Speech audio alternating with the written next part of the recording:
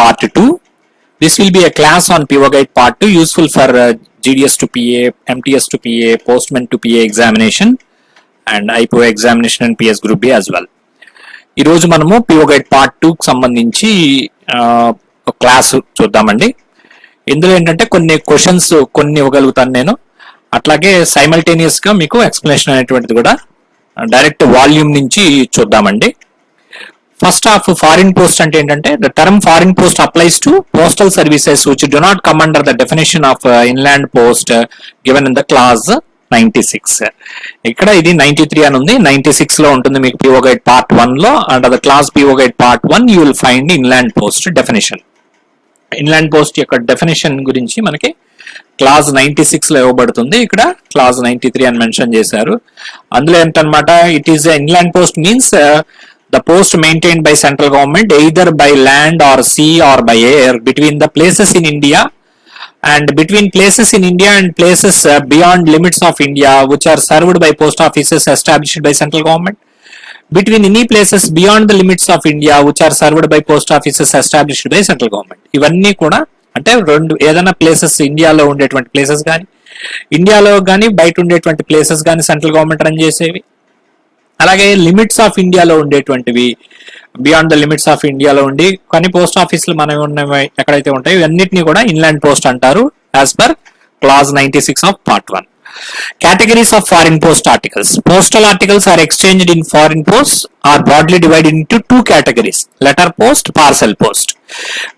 Foreign post అనేటువంటిది రెండు రకాలుగా ఉంటాయి, ఒకటి లెటర్ పోస్ట్, రెండోది ఫారిన్ పోస్ట్. లెటర్ పోస్ట్ కింద ఏమొస్తాయి అనేది తర్వాత చూద్దాం.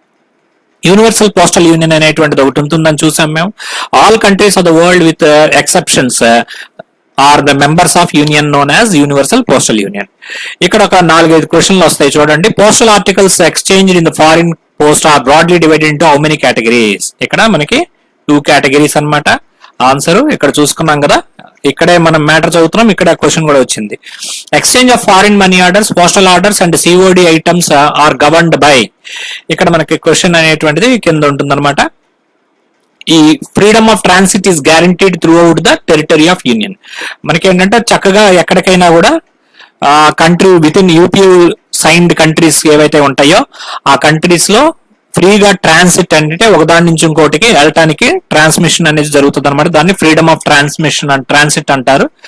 ఇక్కడ అది కూడా క్వశ్చన్ కింద రావచ్చు అనమాట. ఏదైతే క్వశ్చన్స్ కింద రావడానికి అవకాశం ఉందో ఇంపార్టెంట్ పాయింట్స్ ఏమున్నాయో అవి అండర్లైన్ చేసుకుంటూ దీన్ని చేస్తున్నాను అనమాట. ఇక్కడ the parcel post service with majority of the countries or administration is governed by universal postal parcel post agreement అనేటువంటిది దాని మీద ఉంటుంది. And parcel service with non signatories అయితే ఎవరైతే UPU కన్వెన్షన్ అంటాం కదా, కన్వెన్షన్ అంటే అగ్రిమెంట్ అన్నమాట. బేసిక్ గా ఆ కన్వెన్షన్ గానీ అగ్రిమెంట్ మీద సంతకం పెట్టని కొన్ని కంట్రీస్ కూడా ఉన్నాయి, వాళ్ళని నాన్ సిగ్నటరీస్ అంటారు. వాళ్ళు ఏం చేస్తారన్నమాట, వేరే సెపరేట్ అగ్రిమెంట్ అనేది కంట్రీ టు కంట్రీ అనేటువంటిది పెట్టుకుంటారు. దాన్ని బట్టి అవి నడుస్తూ ఉంటాయి అనమాట. జనరల్ గా యూనివర్సల్ పార్సల్ అనేటువంటిది UPU అగ్రిమెంట్ బట్టి నడుస్తుంది. నాన్ సిగ్నటరీస్ మట్టికి వాళ్ళ సెపరేట్ అగ్రిమెంట్స్ ఉంటాయి. Exchange of money orders, postal orders and cash on delivery items are govern by special bilateral agreements. ఈ UPU అగ్రిమెంట్స్ అనేటువంటిది ఓన్లీ లెటర్ పోస్ట్ కి, పార్సల్ పోస్ట్ కి ఉంటుంది. మనీ ఆర్డర్స్ మట్టికి సపరేట్ అనమాట. Postal orders, money orders, cash on delivery అనేటువంటి special bilateral agreements అనేటివి ఉంటాయి. ఓకేనండి. భూటాన్, బంగ్లాదేశ్, నేపాల్ అనేటువంటి వాటికి స్పెషల్ అరేంజ్మెంట్స్ అనేవి ఉంటాయి అన్నమాట. ఇక్కడ కనుక చూస్తే కనుక as per class 3 of PO Guide Part 2 which of the following is guaranteed throughout the territory of UPU? Expression of freedom of expression, freedom of transit, freedom of speech, freedom of negotiations. ఏంటిది answer చెప్పండి? It is freedom of transit. ఇంకొక question ఉంది ఇక్కడ. Exchange of foreign money orders, postal orders and COD items are governed by UPU convention, special bilateral agreements, local agreements, none of them. It is special bilateral agreements. ఇప్పుడే చదివాం కదా. The term foreign post applies to postal services which do not come under the definition of Indian post as given in the clause of PO Guide Part 1. PO Guide Part 1 లో ఉన్నటువంటి inland post అనేటువంటిది definition ఏ class లో ఉంది? Class 96 లో ఉంది. దాని ప్రకారం అందులో లేనివన్నీ కూడా ఫారిన్ పోస్ట్ అని చెప్పేసి అంటున్నారు అనమాట. అది మనకి ఇక్కడ డెఫినేషన్ 1 లోనే ఇవ్వటం జరిగింది. సో ఇవి క్వశ్చన్స్ ఈ పేజీకి సంబంధించి. నెక్స్ట్ పేజీకి వెళ్తే ఏం లేదు. నెక్స్ట్ 2 పేజీల్లో కూడా ఈ లిస్ట్ ఆఫ్ కంట్రీస్ యూపీయూలో ఎవరు ఉంటారు అనేదాన్ని ఇవ్వటం జరిగింది. అవన్నీ మనకి ఇప్పుడు అవసరం లేదు. నెక్స్ట్కి వెళ్తే ఏషియా పసిఫిక్ పోస్టల్ యూనియన్ అనేటువంటిది ఒకటి ఉంటుందండి. Asia Pacific postal union was established in 1961. Head quarters వచ్చేసరికి ఇక్కడ మలీనా ఫిలిప్పీన్స్ వచ్చాడు. అయితే ఏంటంటే రీసెంట్ గా బ్యాంకాక్ థాయిలాండ్ కి మారిందనమాట ఒక 40 years తర్వాత. The purpose of union is to extend, facilitate, improve the postal relations between the member countries. Member countries మధ్య postal relations ని పెంపొందించడానికి ఏషియా పసిఫిక్ రీజియన్ లో, అలాగే promote cooperation among them in the field of postal services. Postal services లో cooperation కోసము ఈ యొక్క Asia Pacific union అనేటువంటిది స్థాపించడం జరిగింది. ఎందుకు అంటే promote cooperation in the field of postal services and postal relations between the countries. Okay, India joined APPU in 1973. These are all bits అండి. ఎక్స్పాండ్ ఏపీపీయూ అని అడగొచ్చు. Asian Pacific postal union. Okay, Asian అండి, Asia కాదు, Asian Pacific postal union. Headquarters ఏంటి? Bangkok Thailand. When did India join in APU? 1973. What is the purpose of APU? To extend, facilitate, improve postal relations between the member countries and promote cooperation among them in the field of postal services. ఈ postal services అనేటువంటిది కూడా వీటి కింద రావచ్చు. తర్వాత ఇంకా ఇవన్నీ కూడా బిట్స్ అయిపోయినాయి. ఇక్కడ కనుక చూస్తే కనుక యాజ్ పర్ కన్వెన్షన్ ఆఫ్ ఏపీపీయూలు ఎవరు? 19 కంట్రీస్, ఆస్ట్రేలియా, బంగ్లాదేశ్ వీళ్ళందరూ ఉన్నారు. ఈ కన్వెన్షన్ అనేటువంటిది ఏదైతే అదనమాట బైండింగ్ ఆన్ ఆల్ ఏపీపీయూ కంట్రీస్ మధ్య ఏదైతే కన్వెన్షన్ అంటే దాన్ని రూల్స్ అనమాట, సెట్ ఆఫ్ రూల్స్ అయితే పెట్టుకుంటారు. ఆ సెట్ ఆఫ్ రూల్స్ ని కన్వెన్షన్ అంటారు. ఆ కన్వెన్షన్ కి అన్ని కంట్రీస్ కూడా లోబడి ఉండాలి. యూపీయూ కన్వెన్షన్ కి అన్ని మెంబర్ కంట్రీస్ అన్ని లోబడి ఉండాలి. ఏపీపీయూ మెంబర్స్ ఉంటే ఆ ఏపీపీయూ మెంబర్స్ ఆ కన్వెన్షన్ కి లోబడి ఉండాలి. ఆ రూల్స్ కి, సెట్ ఆఫ్ రూల్స్ కి లోబడి ఉండాలి. ఈ కన్వెన్షన్ ద్వారా ప్రొవిజన్స్ ఏముంటాయంటే లెటర్ పోస్ట్ ఐటమ్స్ వాటికి ఏం ఇస్తుంది అనమాట, member provides that the member country may apply surface letter post items addressed to the member countries reduced charges which are not more than 85% of the international surface charges. International surface rates ఏవైతే ఉన్నాయో దానిలో 85% మించకుండా తగ్గించుకోవచ్చు అనమాట rates. reduced charges which are not more than 85% of the surface rates అనమాట. కాబట్టి అది కూడా question కింద రావడానికి ఉంటుంది. For letter post items the convention of APPU provides for application of reduced charges which are not more than what percentage of international surface rates? 85%. ఇది గుర్తుపెట్టుకోవాలి. Next, exchange of items other than letter post items with APPU countries is governed by relevant agreements of Universal Postal Union. ఇది కూడా important అండి. ఇక్కడ exchange of items other than letter post కాకుండా మిగతావన్నీ కూడా ఏదైతే ఎక్స్చేంజ్ చేస్తారో ఏపీపీయూ కంట్రీస్ మధ్య అన్ని కూడా దేని అగ్రిమెంట్స్ ప్రకారం ఉంటాయి? యూనివర్సల్ పోస్టల్ అగ్రిమెంట్స్ ప్రకారం ఉంటాయి. లెటర్ పోస్ట్ ఐటమ్స్ కి మట్టికి ఏపీపీయూ అగ్రిమెంట్ ప్రకారమే ఉంటాయి. కాబట్టి ఎలా అయినా క్వశ్చన్ రావచ్చు. ఇది యూపీయూ క్వశ్చన్ కింద అడగొచ్చు, లేకపోతే లెటర్ పోస్ట్ ఐటమ్స్ కింద కానీ క్వశ్చన్ కింద అడగొచ్చు అనమాట. ఇలా చూడండి, ఎక్స్చేంజ్ ఆఫ్ రెండు క్వశ్చన్లు ఎలా ఉంటాయో చూద్దాం. Exchange of items other than the items with APPU countries is governed by relevant agreements of UPU. దేనికి సంబంధించి? Exchange of items other than which items? ఏ ఐటమ్స్ సంబంధించి ఏపీపీయూ కాకుండా రెలవెంట్ యూపీయూ అగ్రిమెంట్స్ ని ఫాలో అవుతారంటే పార్సల్ పోస్ట్ ఐటమ్స్. ఓకే, అలాగే ఈ question తిప్పడిగితే exchange of items other than letter post items with APPU countries is governed by the relevant agreements of ఏమంటారు? UPU అనమాట. Other than letter post items అన్ని కూడా UPU agreements ఉంటాయి. Next, coming in to the general regulations applicable in letter post అనేటువంటిది ఏంటనమాట, foreign post కి సంబంధించి letter post అన్నా correspondence అన్నా ఒకటే. ఇది గుర్తుపెట్టుకోవాలి. లెటర్ పోస్ట్ తీసేసి కరస్పాండెన్స్ అని క్వశ్చన్ కూడా వేయొచ్చు. లెటర్ పోస్ట్ లో ఏముంటాయి అంటే కనుక మా ఫస్ట్ లో చదువుకున్నాం, లెటర్ పోస్ట్, పార్సల్ పోస్ట్ అని 2 ఉంటాయని. లెటర్ పోస్ట్ లో కూడా చాలా రకాలు ఉంటాయి. ఏంటవి? లెటర్స్, పోస్ట్ కార్డ్స్, గుర్తుపెట్టుకోవాలండి ఇవన్నీ. Printed papers including books and registered news papers, ఇది కూడా గుర్తుపెట్టుకోవాలి. Small packets, literature of bind. ఎన్ని ఉన్నాయి? Letters 1, post cards 2, printed papers 3, small packets 4, literature of bind 5, అలాగే 6 రిజిస్టర్డ్ న్యూస్ పేపర్స్, బుక్స్ 7 మొత్తం ఉన్నాయి. అలాగే ఏరోగ్రామ్స్ కూడా included in the letter post. ఇది కూడా గుర్తుపెట్టుకోవాలి. 8 ఉంటాయి అనమాట, ఏరోగ్రామ్స్ తో సహా, బుక్స్ తో సహా, రిజిస్టర్డ్ న్యూస్ పేపర్స్ తో సహా 8 రకాలు ఉంటాయి అందులో. Okay, Okay, included in the aerograms are included in the letter post, but there is no class of articles in the surface post corresponding to the aerograms. ఇది చాలా చాలా ఇంపార్టెంట్ అండి. ఈ రెండు ఏ ఏరోగ్రామ్ దేనిలో ఇంక్లూడ్ అయి ఉంటది అనే క్వశ్చన్ రావచ్చు. విచ్ ఆఫ్ ద ఫాలోయింగ్, ఇది క్వశ్చన్ ఉంటుంది చూద్దరు కానీ, ఇంక్లూడ్ అయి ఉంటుంది అంటే లెటర్ పోస్ట్ అని రాయాలి. అలాగే no clause of article in the surface post correspondence to aerogrammes. Surface post సంబంధించి మనకి రకరకాలు ఉన్నాయి. సర్ఫేస్ పోస్ట్ సంబంధించి ఏది కాకుండా ఆ సర్ఫేస్ పోస్ట్ లో తత్సమానమైనటువంటిది ఏరోగ్రామ్ కి ఏదీ లేదు అని చెప్తున్నాడు ఇక్కడ. కాబట్టి ఇది కూడా ఒక క్వశ్చన్ కింద రావడానికి స్కోప్ ఉంటుంది. తర్వాత రేట్స్ ఆఫ్ పోస్టేజ్ కింద చూస్తే కనుక air mail post cards and aerogrammes combined charges have been fixed. ఇది ఇంపార్టెంట్ అండి. జనరల్ గా ఏంటంటే air mail post cards aerogrammes కి కంబైన్డ్ చార్జెస్ ఉంటాయి. అంటే postage plus air surcharge. General గా ప్రతి ఏరోగ్రామ్స్ లెటర్ కార్డ్స్ కాకుండా మిగతా ఆర్టికల్స్ అన్నిటికీ కూడా ఎయిర్ సర్చార్జ్ అనేటువంటిది సపరేట్ గా పడుతుంది. కానీ ఏరోగ్రామ్స్ కి ఎయిర్ మెయిల్ పోస్ట్ కార్డ్స్ కి అనమాట ఈ పోస్టేజ్ ప్లస్ ఎయిర్ సర్చార్జ్ అనేటువంటిది కలిపి టోటల్ అమౌంట్ కింద ఇవ్వటం జరుగుతుంది. మళ్ళీ దానికి ప్రత్యేకంగా ఎయిర్ సర్చార్జ్ విడిగా వేయాల్సిన అవసరం లేదనమాట. ఏరోగ్రామ్ ఇప్పుడు ప్రెసెంట్ రేట్ వచ్చేసరికి 20 రూపాయలండి. ఇదివరకు 15 ఉండేది, దాన్ని 20 చేశారు. Okay, air mail post cards వీటికి సంబంధించిన రేట్స్ అన్ని కూడా చేంజ్ అయినాయి రీసెంట్ గా, తెలుసుకోవాలి మీరు. Which are the following having combined charges? Air mail post cards, aerogrammes, letters, all of the above. ఇక్కడ మీరు కంబైన్డ్ పోస్ట్ చార్జెస్ దేనికి ఉంటాయి అని అంటే కనుక క్వశ్చన్ ఇక్కడ కొంచెం మనం మార్చుకోవాల్సి వస్తుంది. ఏ అండ్ బి అని పెట్టుకోండి. A and B air mail post cards కి ఉంటుంది, ఏరోగ్రామ్స్ కి ఉంటది అనమాట. ఈ రెండింటికి మాత్రమే కంబైన్డ్ చార్జెస్ ఉంటాయి. లెటర్స్ కి కంబైన్డ్ చార్జెస్ కాదు, వాటికి ఎయిర్ సర్చార్జ్ పే చేయాల్సి ఉంటుంది అనమాట. Okay, next which are the following fees are uniform for all destinations under letter post in the foreign post. ఇక్కడ మనం ఇది కూడా చూద్దామండి. ఇక్కడ ఫీజ్ అనేటువంటిది ఫారిన్ పోస్ట్ లో రకరకాలు ఉంటాయి. ఫస్ట్ రిజిస్ట్రేషన్ ఉంటుంది, దానికి సపరేట్ ఫీ కట్టాలి మనం.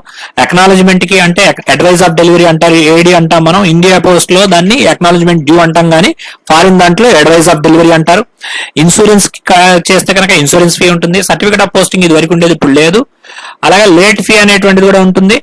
Are uniform for all destinations. అన్ని డెస్టినేషన్స్ కి ఏంటి యూనిఫామ్ అనమాట? Registration, acknowledgement, insurance fees, late fee అనేటువంటివి అన్ని కంట్రీస్ కి ఒకే రకంగా ఉంటాయి, ఒకటే రేట్లు ఉంటాయి. కానీ air surcharge, combined air mail charges అనేటువంటివి vary according to the destination. Air surcharges అనేటువంటివి ఒకటి యూఎస్ఏ ఒకటి ఉంటుంది, ఆస్ట్రేలియాకి ఒకటి ఉంటుంది, ఇంకో కంట్రీ శ్రీలంకకు ఇంకోటి ఉంటుంది. అలాగే కంబైన్డ్ ఎయిర్ మెయిల్ చార్జెస్ కూడా మారుతా ఉంటాయి. కానీ registration fees, acknowledgement fees, insurance fees, late fees ఇవన్నీ కామన్ గా ఉంటాయి. చూడండి క్వశ్చన్ చూడండి ఎలా వస్తుంది ఫ్రేమ్ చేస్తే. Which are the following fees are uniform for all destinations under letter post in the foreign post. Letter post కి అన్నిటికీ కూడా యూనిఫామ్ గా ఉండే ఏంటి? Air surcharge, combined charges, combined air mail charges, advice of delivery, all of these. ఏమవుతుంది? All of these అండి. ఇవన్నీ కూడా యూనిఫామ్ గా ఉంటాయి. Which of the following fees are not uniform for destinations under letter post in foreign post? Foreign post లో letter post కు సంబంధించి uniform గా ఉండని ఫీజ్ ఏంటి అంటే కనుక air surcharges, combined air mail charges, A and B, advice of delivery. ఏంటిది? A and B అంటే air surcharge, combined air mail charges అనేటువంటివి చేంజ్ అవుతా ఉంటాయి, వేరీ అవుతా ఉంటాయి. ఓకేనండి. తర్వాత postage charges, special charges, air surcharges may be refunded to sender in the event of suspension of service. ఇక్కడ నేను మాక్సిమం ఇంపార్టెంట్ పాయింట్స్ ని మొత్తం వాల్యూమ్ లో కవర్ చేయడానికి ప్రయత్నం చేస్తున్నాను. మీరు ఇంకా డెప్త్ గా కావాలంటే కనుక వాల్యూమ్ ని యాజ్ ఇట్ ఈస్ గా ఇదే 217 పేజీలు ఉంది. అందులో కనీసం 60 నుంచి 70 పేజీలు వరకు అన్నా కనీసం మీరు చదవాల్సి ఉంటుంది. అంటే 103వ పేజీ వరకు అన్నా కనీసం చదవాల్సి ఉంటుంది. అందులో బ్రిటిష్ ఆర్డర్స్ అవి అవసరం లేదు, అంతవరకన్నా మీరు చదవాల్సి ఉంటుంది ఒకవేళ చదువుదాం అనుకుంటే. ఇక్కడ మెయిన్ ఏంటంటే మాక్సిమం అన్ని ఇంపార్టెంట్ పాయింట్స్ అయితే నేను కవర్ చేస్తాను. The postage charges, special charges, air surcharges may be refunded to sender in the event of suspension of service. ఒకవేళ సర్వీస్ కనుక సస్పెండ్ చేస్తే, అంటే ఫర్ ఎగ్జాంపుల్ కోవిడ్ ఉన్నప్పుడు కొన్ని చైనాకి మనం సర్వీసెస్ ని, పోస్టల్ సర్వీసెస్ ని సస్పెండ్ చేశాము వచ్చిన మొదట్లో. అలాగే తర్వాత చాలా కంట్రీస్ కి సస్పెండ్ చేసాం. ఒకవేళ ఆర్టికల్ బుక్ అయిన తర్వాత కనుక సర్వీస్ సస్పెండ్ అయితే వాళ్ళకి ఏమేమి రిఫండ్ ఇస్తారనమాట సెండర్ కి అంటే postal charges, service special charges, air surcharges అది గుర్తుపెట్టుకోండి. Which of the following may be refunded to the sender in the event of suspension of service? Postage charges, special charges, air sir charges, all of the above. ఏమవుతుంది? All of the above ఇవ్వటం జరుగుతుంది. ఇక్కడ envelopes and the edges of which are provided with colored bars should be reserved for air-mail correspondence. ఏవైతే coloured bars తోటి ఉండేటువంటి edges ఉంటాయో envelopes, వాటిల్ని foreign countries కి వాడేటప్పుడు దేనికి వాడుకోవాలి? Air mail correspondence. Envelopes the edges of which are provided with colour bars should be reserved for, అది ఎవరికండి? ఎయిర్ మెయిల్ సర్చ్ కరెస్పాండెన్స్ కి అటు పెట్టుకోవాలి. ఓకే, అది మీరు గుర్తుపెట్టుకోండి. తర్వాత ఇక్కడ మనం చూస్తే కనుక ఈ బొమ్మలు వచ్చినాయి. Items containing urgent medicine shall be furnished on the side which bears the address with light green label with the following text. ఇక్కడ చూస్తున్నారు కదా, ఒక కర్రకి పాము చుట్టుకున్నట్టుంది. మెడికామెంట్స్ అర్జెంట్స్ అనే మాట రాశారు ఇక్కడ. ఇది చాలా ఇంపార్టెంట్. ఏం రాస్తారు అనేటువంటిది, ఇది మెడికామెంట్ అర్జెంట్స్ అని రాస్తారు, అర్జెంట్ గా మెడిసిన్స్ అని అర్థం అనమాట. అలాగే లైట్ గ్రీన్ బ్యాక్గ్రౌండ్, ఇదంతా కూడా ఈ ఏదైతే కార్డ్ లాగా ఉందో అదంతా కూడా లైట్ గ్రీన్ బ్యాక్గ్రౌండ్ లో ఉండి ఇట్లా ఉంటది. ఈ లెటరింగ్ అనేటువంటిది ఏదైతే ఉందో మెడికామెంట్స్ అర్జెంట్స్ మట్టికి it will be in black letter. Always letters will be in black, whereas the light background will change. Here the background is light green background that is used for urgent medicines. Urgent medicines కి ఇలాంటిది మనం foreign countries కి వాడతాము. Question, how the question will be: items containing urgent medicines under foreign post should be with label and text. Urgent medicines foreign కంట్రీకి పంపిస్తే ఏ label ఏ text వాడతారు? Violet label and text medicament urgent in white colour. Medicaments urgent అనేటువంటిది ఎప్పుడు కూడా black colour లో రాయాలి, కాబట్టి మెడికామెంట్ అర్జెంట్ టెక్స్ట్ అనేది బ్లాక్ లోనే ఉంటుంది. ఇక్కడ లైట్ గ్రీన్, కాబట్టి answer light green with medicaments urgent. Answer is B. Okay, 20 questions చూసామండి ఇప్పుడు దాకా. ఇవన్నీ కూడా ఇంపార్టెంటే. అయితే మోస్ట్ ఇంపార్టెంట్ ఇక్కడ చూస్తే కనుక మెథడ్ ఆఫ్ అడ్రసింగ్ అండి. Inland method of addressing as well as foreign method of addressing. PO guide part 1 relates to inland, PO guide part 2 relates to foreign. That we all know. Method of address is given in the clause 11. This is important. Clause number also, this you may have to remember for method of addressing. Method of addressing లో చూస్తే కనుక first మనకి inland నేర్చుకోవాలి, foreign నేర్చుకోవాలి. ఎందుకంటే కనుక మీకు post office website ఏదైతే ఉందో అందులో రెండు ఇచ్చాడు, ఫారిన్ ఇచ్చాడు, ఇన్లాండ్ ఇచ్చాడు, కాబట్టి రెండు కూడా నేర్చుకోవాలి. PO గైడ్ పార్ట్ 1 లోనేమో అది అన్ని సిలబస్ లో ఉంది, MTS కు ఉంది, పోస్ట్ మెన్ కు ఉంది, PA కు ఉంది, కాబట్టి రెండు నేర్చుకోవాల్సింది ఎవరైనా కానీ. Name of the address, name of the house name, తర్వాత ఫ్లాట్ నెంబరు, 4 నెంబరు, ఈ సీక్వెన్స్ కూడా ఇంపార్టెంట్ అండి.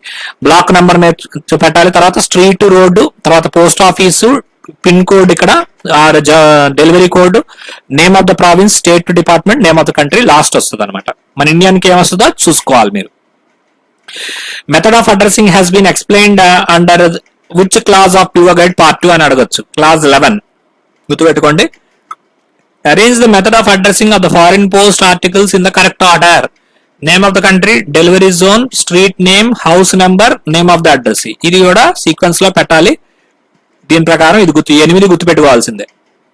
అలాగే the town and country should be in the block letter, block capitals. ఏదైతే టౌన్, కంట్రీ నేమ్ ఎక్కడైతే రాస్తున్నామో మనం అది బ్లాక్ లెటర్స్ లో పెట్టాలి. ఇది name of the country block letter లో ఉండాలి. అలాగే town, post office of delivery ఉంది కదా, అది బ్లాక్ లెటర్స్ లో అంటే క్యాపిటల్ లెటర్స్ లో రాయాలి.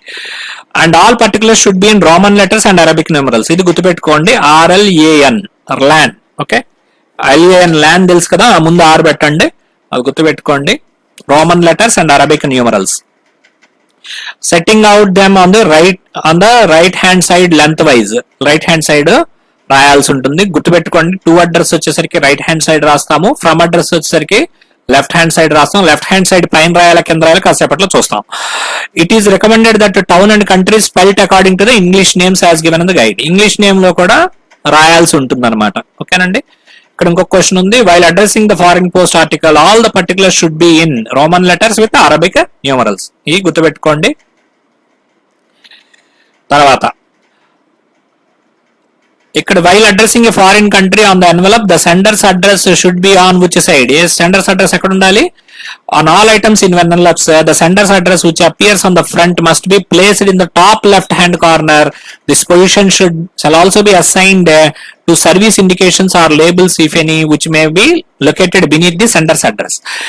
మనకి తెలుసు కదా, ఇదే కనుక ఒక ఎన్వలప్ అనుకుంటే కనుక, ఇదే పెద్దది ఒక ఎన్వలప్ అనుకుంటే, ఇక్కడ మనము రైట్ సైడ్ న మనం అడ్రస్ రాస్తాము. 2 అడ్రస్ ఇంగ్లాండ్ లో గానీ ఫారిన్ లో గానీ పైన 3 సెంటీమీటర్స్ గ్యాప్ ఇవ్వాలని చెప్పేసి మన పోస్ట్ ఆఫీస్ గైడ్ పార్ట్ 1 లో చదువుకున్నాం. ఇక్కడ మనం జనరల్ గా ఇంగ్లాండ్ లో కింద లెఫ్ట్ బాటమ్ లెఫ్ట్ లో రాస్తాము, కానీ ఫారిన్ లో టాప్ లెఫ్ట్ హ్యాండ్ కార్నర్ లో రాయాలంటున్నాడు. గుర్తుపెట్టుకోండి, ఇంగ్లాండ్ లో బాటమ్ లెఫ్ట్ లో రాస్తాము కార్నర్ లో, ఫారిన్ లో టాప్ లెఫ్ట్ హ్యాండ్ కార్నర్ లో సెండర్స్ అడ్రస్ రాయాలి. చాలా చాలా ఇంపార్టెంట్ అండి ఇవి. అదిగోండి మీకు అక్కడ clause 11D of PO guide part 2, ఇది 11D. Top left hand side, bottom left hand side, top left hand side, bottom right hand side ఇట్లా ఇచ్చారు. కాబట్టి ఏమవుతుంది, top left hand side corner అని గుర్తుపెట్టుకోండి. టాప్ లెఫ్ట్ హ్యాండ్ అంటే ఇక్కడ అన్నమాట. నెక్స్ట్ ఇక్కడ మనకి which of the following shall not be considered as standard items కింద వేటిని కన్సిడర్ చేయరన్నమాట లెటర్స్ ఫార్మాట్ లో. అంటే ఫోల్డెడ్ కార్డ్స్ ని, స్టాపుల్స్ వేసినటువంటి ఐటమ్స్ ని గనక పెడితే గనక అవి కన్సిడర్. మెటల్ హైలైట్స్ అంటే మనకు తెలుసు కదా, ఒక హుక్ చిన్నగా ఉండి దానిలో నుంచి ట్యాగ్ గానీ అలా వెళ్తుంది, దాన్ని మెటల్ హైలైట్ అంటారు, హుక్ ఫాస్టింగ్ అంటారు. పంచ్డ్ కార్డ్స్ ని పిన్ చేసినా గానీ వితౌట్ ఎన్వలప్స్. అలాగే ప్రొట్రూషన్స్ అంటే బయటకు పొడుచుకొచ్చేటువంటివి, ఇవన్నీ కూడా అలౌ చేయరండి. కాబట్టి విచ్ ఆఫ్ ద ఫాలోయింగ్ ఇక్కడ మనకు చూస్తే కనుక, which of the following items shall not be considered as standardised according to PO guide part 2 while sending foreign postal article. ఏంటంటే ఫోల్డెడ్ కార్డ్స్ పనికిరావు, items closed by means of staples, పిన్నులు కొట్టిన పనికిరావు, punched cards పనికి. All of this answer is all of this. 25 క్వశ్చన్లు చూసాం. ఇక్కడ registered items address to post box, దీనికి సంబంధించి in many countries registered letters address to post box numbers are not delivered. చాలా కంట్రీస్ లో రిజిస్టర్డ్ లెటర్స్ ఏవైతే post box కి address చేసి జస్ట్ పంపిస్తే వాటిని డెలివర్ చేయరండి. మన ఇండియాలో కూడా చేయరు, ఇది చాలా important as in case of inland post. However since such articles are delivered in some countries, కానీ కొన్ని కంట్రీస్ లో అవి డెలివర్ అవుతాయి కాబట్టి India post office will not refuse to accept registered articles to foreign countries address to post box number without other particulars. Without other particulars important. ఏ particulars లేకుండా post box ఉన్నా కూడా ఇండియా పోస్ట్ ఆఫీస్ అనేటువంటిది refuse చేయకూడదు. ఓకేనండి, ఇది చాలా చాలా ఇంపార్టెంట్. అలాగే no article should have whole or part of addresses side marked off into several divisions intended to provide for successive address. ఇది మనకి ఏ ఆర్టికల్ కూడా కొంచెం గానీ మొత్తం గానీ అడ్రస్ సైడ్ లో మార్క్డ్ ఇంటూ సెవరల్ డివిజన్స్ అంటే ఇక్కడ ఒక బాక్స్, ఇక్కడ ఒక బాక్స్, ఇక్కడ ఒక బాక్స్, ఇక్కడ ఒక బాక్స్, 4 బాక్సులు వేసి 4 అడ్రస్లు రాస్తారు. ఇక్కడ రామయ్య, పుల్లయ్య, ఎల్లయ్య ఇట్లా మొత్తం అన్ని కూడా పేర్లు రాస్తారు, అడ్రస్లు రాస్తారు. ఈ ఏ అన్నవాడికి అయిన తర్వాత బికి ఇవ్వండి, బి అన్నవాడి తర్వాత సికి ఇవ్వండి, సి తర్వాత డికి ఇవ్వండి అంటారు. దీన్ని సక్సెసివ్ అడ్రసెస్ అంటారు. అంటే ఒకళ్ళ తర్వాత ఒకళ్ళకి అడ్రస్లు ఆర్టికల్ ని డెలివరీ చేసి ఆయనకి చూపించిన తర్వాత ఈయనకి చూపించిన తర్వాత ఇంకొక ఆయనకి చూపించి అట్లా దాన్ని సక్సెసివ్ అడ్రస్ అంటారు. ఇది అలౌ చేయరండి. ఇది ఫారిన్ లోనే అలౌ చేయరు, ఇన్లాండ్ పోస్ట్ లోనే అలౌ చేయరు. ఇది గుర్తుపెట్టుకోవాలి. 2 క్వశ్చన్స్ ఇస్తున్నాను చూడండి. Statement 1, no article should have the whole or part of address side marked off into several divisions intended to provide for successive addresses అనేటువంటిది స్టేట్మెంట్ 1. ఈ statement 1 is true with reference to inland letters only, inland articles only. Statement 1 is true with reference to foreign articles only. Statement 1 is true with reference to inland and foreign articles. Statement 1 is neither true with reference to inland or foreign articles. ఇది చూసారు కదండి, ఇప్పుడే question చెప్పాను మీకు. ఏది ఈ statement అనేది inland లోను foreign లోను రెండిట్లోనూ కరెక్టే. మరి ఇన్లాండ్ లో ఏ క్లాజ్ ప్రకారం అంటే కనుక clause 11H of PO guide part 2 ప్రకారం ఇక్కడ చూసాం ఇప్పుడు. అలాగే clause 209-10 of PO guide part 1 ఇది ఎక్కడ ఉంటుందయ్యా అంటే ప్రొహిబిషన్స్ అండ్ ప్రొహిబిషన్స్ లో ఉంటుంది మనకి పివో గైడ్ పార్ట్ 1 లో. ఓకే, ప్రొహిబిషన్స్ అనేటువంటి దాంట్లో మనం చూస్తాం అనమాట. ఓకేనండి, ప్రొహిబిటెడ్ ఆర్టికల్స్ అనేటువంటి చాప్టర్ లో 209-10 లో ఉంటుంది అనమాట, లాస్ట్ పాయింట్ అనమాట జనరల్ ప్రొహిబిషన్స్ లో.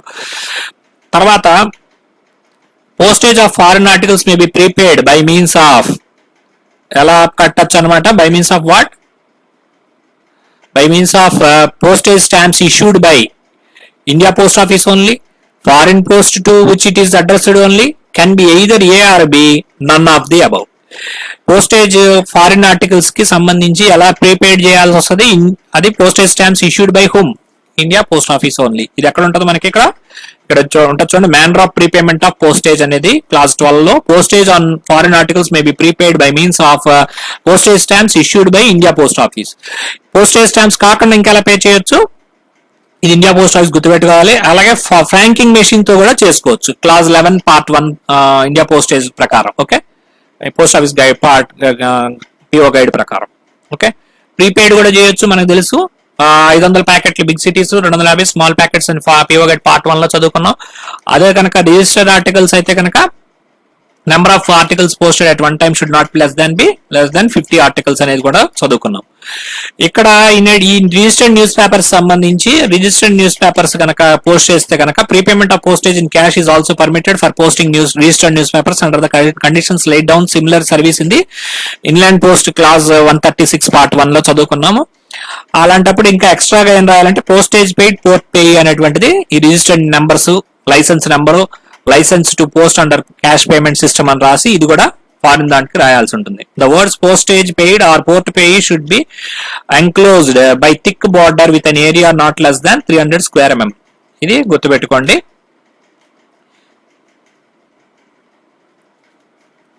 Postage stamps or postal franking impression should be applied on the top right hand corner of the address side. Address side కి right hand side na stamp అంటించాలి. India అంతే ఉంటుంది. Post cards having stamps affixed on the back are liable to be treated as unpaid. ఇది గుర్తుపెట్టుకోండి. Post cards కనుక ముందే address వైపు దగ్గర స్టాంపులు అంటించాలి. అవి కాకుండా వెనకాల ఏదైతే మనం ఉత్తరం రాసుకునే ప్లేస్ లో అంటిస్తే ఏమవుతుంది, అన్పేడ్ కింద ట్రీట్ చేస్తారు. Other than the address side, అది గుర్తుపెట్టుకోవాలి. ఇది కూడా ఇంపార్టెంట్ పాయింట్. బ్యాక్ సైడ్ గనక చేస్తే. Okay, non postal stamps, charity stamps ఇవన్నీ కూడా మిస్టేకన్ ఫర్ పోస్టల్ స్టాంప్స్ మట్టికి మనకి ప్రింటెడ్ సైడ్ న అంటించకూడదు. This shall also apply to stamp impressions which can be mistaken for franking impressions. Franking impressions కూడా అలాంటిదే అక్కడ చేయకూడదు. ఎక్కడ చేయాలి, ముందు వైపే చేయాలి. తర్వాత stamps articles posted in ship boards. Board ships, కొన్ని షిప్స్ లో కూడా ఈ ఆర్టికల్స్ పోస్ట్ చేయడానికి ఫెసిలిటీ ఉంటుంది. అప్పుడు ఎక్కడ స్టాంపులు ఎక్కడ వాడాలంటే high seas they may be prepaid with postage stamps of the country to which the vessel belongs. If they are posted during the stay of the ship in Indian port, India location లో ఉంటే కనుక Indian stamps వాడాలి. అదే కనుక ఆ vessel అంటే ఆ ship కనుక నీళ్ళల్లో వెళ్తూ ఆ అదర్ కంట్రీ జ్యూరిస్డిక్షన్ లోకి వచ్చింది అనుకోండి, అప్పుడు వాళ్ళ స్టాంప్స్ వాడాలి. ఓకేనండి. Which of the following is not statements are not true? అదే ఇప్పుడు చూద్దాము. Withdrawal from post and alteration of address. మనకి రికాల్ ఆఫ్ ఆర్టికల్ గురించి మనం పిఓ గైడ్ పార్ట్ 1 లో చదువుకున్నాము. అక్కడ చదువుకున్నట్టే ఇక్కడ కూడా మనకి రికాల్ ఆఫ్ ఆర్టికల్ కి ప్రొవిజన్ ఉంటుంది ఫారిన్ దానికి సంబంధించి. దాని రేట్ ఎంతండి, if you know what is the rate of recall for inland, try to post in the comment section. What about foreign recall rate? That also post in the comment section. The sender of the foreign article posted in India addressed to which country which is a member of union can have the article withdrawn and its address altered without reference to the consent of the addressee, so long as it is not delivered to the addressee or intercepted by the country of the destination in accordance with the provisions of legislation. అంటే ఒక article foreign కంట్రీకి post చేశారు. Sender of the foreign country posted in India, ఇక్కడ India and address to any other country, వేరే కంట్రీకి post చేశారు UPU member కి. అప్పుడు కానీ ఆర్టికల్ ని విత్డ్రా చేసుకోవాలనుకున్నారు అనుకోండి, ఇండియాలోనే పోస్ట్ చేశారు కాబట్టి ఫారిన్ కంట్రీకి విత్డ్రా చేసుకుందాం అనుకుంటే చేసుకోవచ్చు. కానీ ఏంటంటే ఈ లోపు అది డెలివరీ అయ్యి ఉండకూడదు. Number 1 condition. ఆల్రెడీ అది డెలివరీ అయ్యి ఉంటే మనం చేయగలిగింది ఏం లేదు. అప్లికేషన్ పెట్టుకొని ఫీజు కట్టాల్సి ఉంటుంది. ఒక అప్లికేషన్ పెట్టి ఫీజు కట్టి పోస్ట్ మాస్టర్ గారికి అప్లై చేస్తారు. అది సూపరింటెండెంట్ గారికి పంపించి దాని మీద అప్రూవల్ తీసుకోవాల్సి ఉంటుంది. రికాల్ అనేటువంటిది ఇన్లాండ్ లో అయినా ఫారిన్ లో అయినా కదా. అప్రూవల్ కాంపిటెంట్ అథారిటీ ఎవరు అని అంటే కనుక ఆటోమేటిక్ గా ఎస్పీ వస్తారు. అదే కనుక అప్లికేషన్ మట్టికి నియరెస్ట్ పోస్ట్ ఆఫీస్ లో ఇవ్వచ్చు అనమాట. ఎస్ఓలో ఇవ్వచ్చు, హెచ్ఓలో ఇవ్వచ్చు. ఎస్ఓలో ఇస్తే హెచ్ఓకి రికాల్ కి పంపిస్తారు. ఇక్కడ విత్డ్రాయల్ అనేటువంటిది కండిషన్స్ ఉన్నాయండి. Without consent of the addressee. ఎవరికైతే ఇప్పుడు ఏ అనే అయినా బి అనే ఆయనకి అడ్రస్ చేస్తూ ఉత్తరం పంపించాడు, ఈ బి అనేది అడ్రసీ, ఏ అనేది సెండర్, కాబట్టి ఇక్కడ బి అడ్రసీకి చెప్పాల్సిన పని లేదు, ఎందుకంటే పంపించింది sender, owner of the letter sender, until unless it is delivered. Delivery అయ్యేదాకా కూడా ఓనర్ ఎవరు అవుతారు, సెండర్ అవుతారు, కాబట్టి ఆయన డెలివరీ అయ్యేలోపు వెనకాల రికాల్ చేసుకోవచ్చు. డెలివరీ అవ్వకపోతే కనుక అడ్రస్ యొక్క కన్సెంట్ అంటే అడ్రస్ని అడిగి తీసుకోవాలా, ఆయనకి ఇంకా డెలివరీ అవ్వలేదు, ఆయన అడ్రస్ని ఒప్పించి తీసుకోవాలంటే అక్కర్లేదు. ఇది చాలా ఇంపార్టెంట్ అండి. వితౌట్ రెఫరెన్స్ టు అంటే అడ్రస్ని అడగకుండా, లేకపోతే అడ్రస్ యొక్క కన్సెంట్ ఆయన యొక్క సమ్మతి తెలియజేయకుండానే తీసుకోవచ్చు. ఈ రెండు ఇంపార్టెంట్ పాయింట్స్. అది ఆల్రెడీ డెలివరీ అయి ఉండకూడదు. అలాగే intercepted by the country of the destination in accordance with the provisions of the it's legislation. అంటే ఆ కంట్రీకి సంబంధించినటువంటి లెజిస్లేషన్ రూల్స్ ప్రకారం ఎక్కడా కూడా అది ఇంటర్సెప్ట్ అంటే ఆపి ఉండకూడదు. ఏదన్నా వేరే ప్రాబ్లం ఉండి అది ఆపి జరిగి ఉండకూడదు. అడ్రస్ డెలివరీ అయి ఉండకూడదు, ఇంటర్సెప్ట్ చేసి ఉండకూడదు. Or confiscated or destroyed by the competent authorities because of infringement of prohibition conditions. అది ఏమన్నా ప్రొహిబిటెడ్ ఆర్టికల్ పెట్టి ఆ ఆర్టికల్ ని గనక కాన్ఫిస్కేట్ అంటే ఆపటం కానీ, జప్తు చేయడం కానీ, డిస్ట్రాయ్ చేయడం కానీ చేసి ఉండకూడదు అనమాట. అప్పుడు మాత్రమే రికాల్ అనేది సాధ్యపడుతుంది. అంటే రికాల్ కి చాలా కండిషన్స్ ఉన్నాయి. చూసుకుంటే కనుక మనకి డెలివరీ ఉండకూడదు, ఇంటర్సెప్ట్ చేసి ఉండకూడదు, కాన్ఫిస్కేట్ చేయకూడదు, డిస్ట్రాయ్ చేయకూడదు, ప్రొహిబిషన్ ఆర్టికల్ అయి ఉండకూడదు. అప్పుడు మాత్రమే ఇవన్నీ చేస్తారనమాట. ఫర్ ద పర్పస్ ఈ should submit and return application accompanied by fee in the form of postage stamps. ఇది ఎట్లా ఉందన్నమాట, చాలా పాయింట్స్ ఉన్నాయండి ఇక్కడ. ఫీ దేని మీద రూపంలో ఉంటుంది, పోస్టేజ్ స్టాంప్స్ రూపంలో ఉంటుంది. ఎక్కడ అంటించాలి, రిటర్న్ అప్లికేషన్ మీద అంటించాలి. అలాగే ఏం చేయాలి, ఆ రిటర్న్ అప్లికేషన్ ని సీల్డ్ కవర్ లో పెట్టి sealed cover containing the statement of reasons. Reason కూడా చెప్పాలి, చాలా ఇంపార్టెంట్ అండి. రీజన్ చెప్పక్కర్లేదా అని అడుగుతారు. Reason for withdrawing the article or altering the address. Address ని కూడా మార్చుకోవచ్చు, విత్ డ్రా చేసుకోవచ్చు, ఆల్టరింగ్ ద అడ్రస్ మార్చుకోవచ్చు. ఈ రెండు కూడా చేయొచ్చు. The application may be handed over in any sub or head post office, preferably the office in which the article was posted. ఎక్కడైతే పోస్ట్ అయిందో అక్కడ కానీ, ప్రిఫరబుల్ గా అక్కడ పోస్ట్ చేస్తే మంచిది, లేదా ఎనీ పోస్ట్ ఆఫీస్ లో ఇవ్వచ్చు. If the article was registered, the production of registered receipt will expedite the action.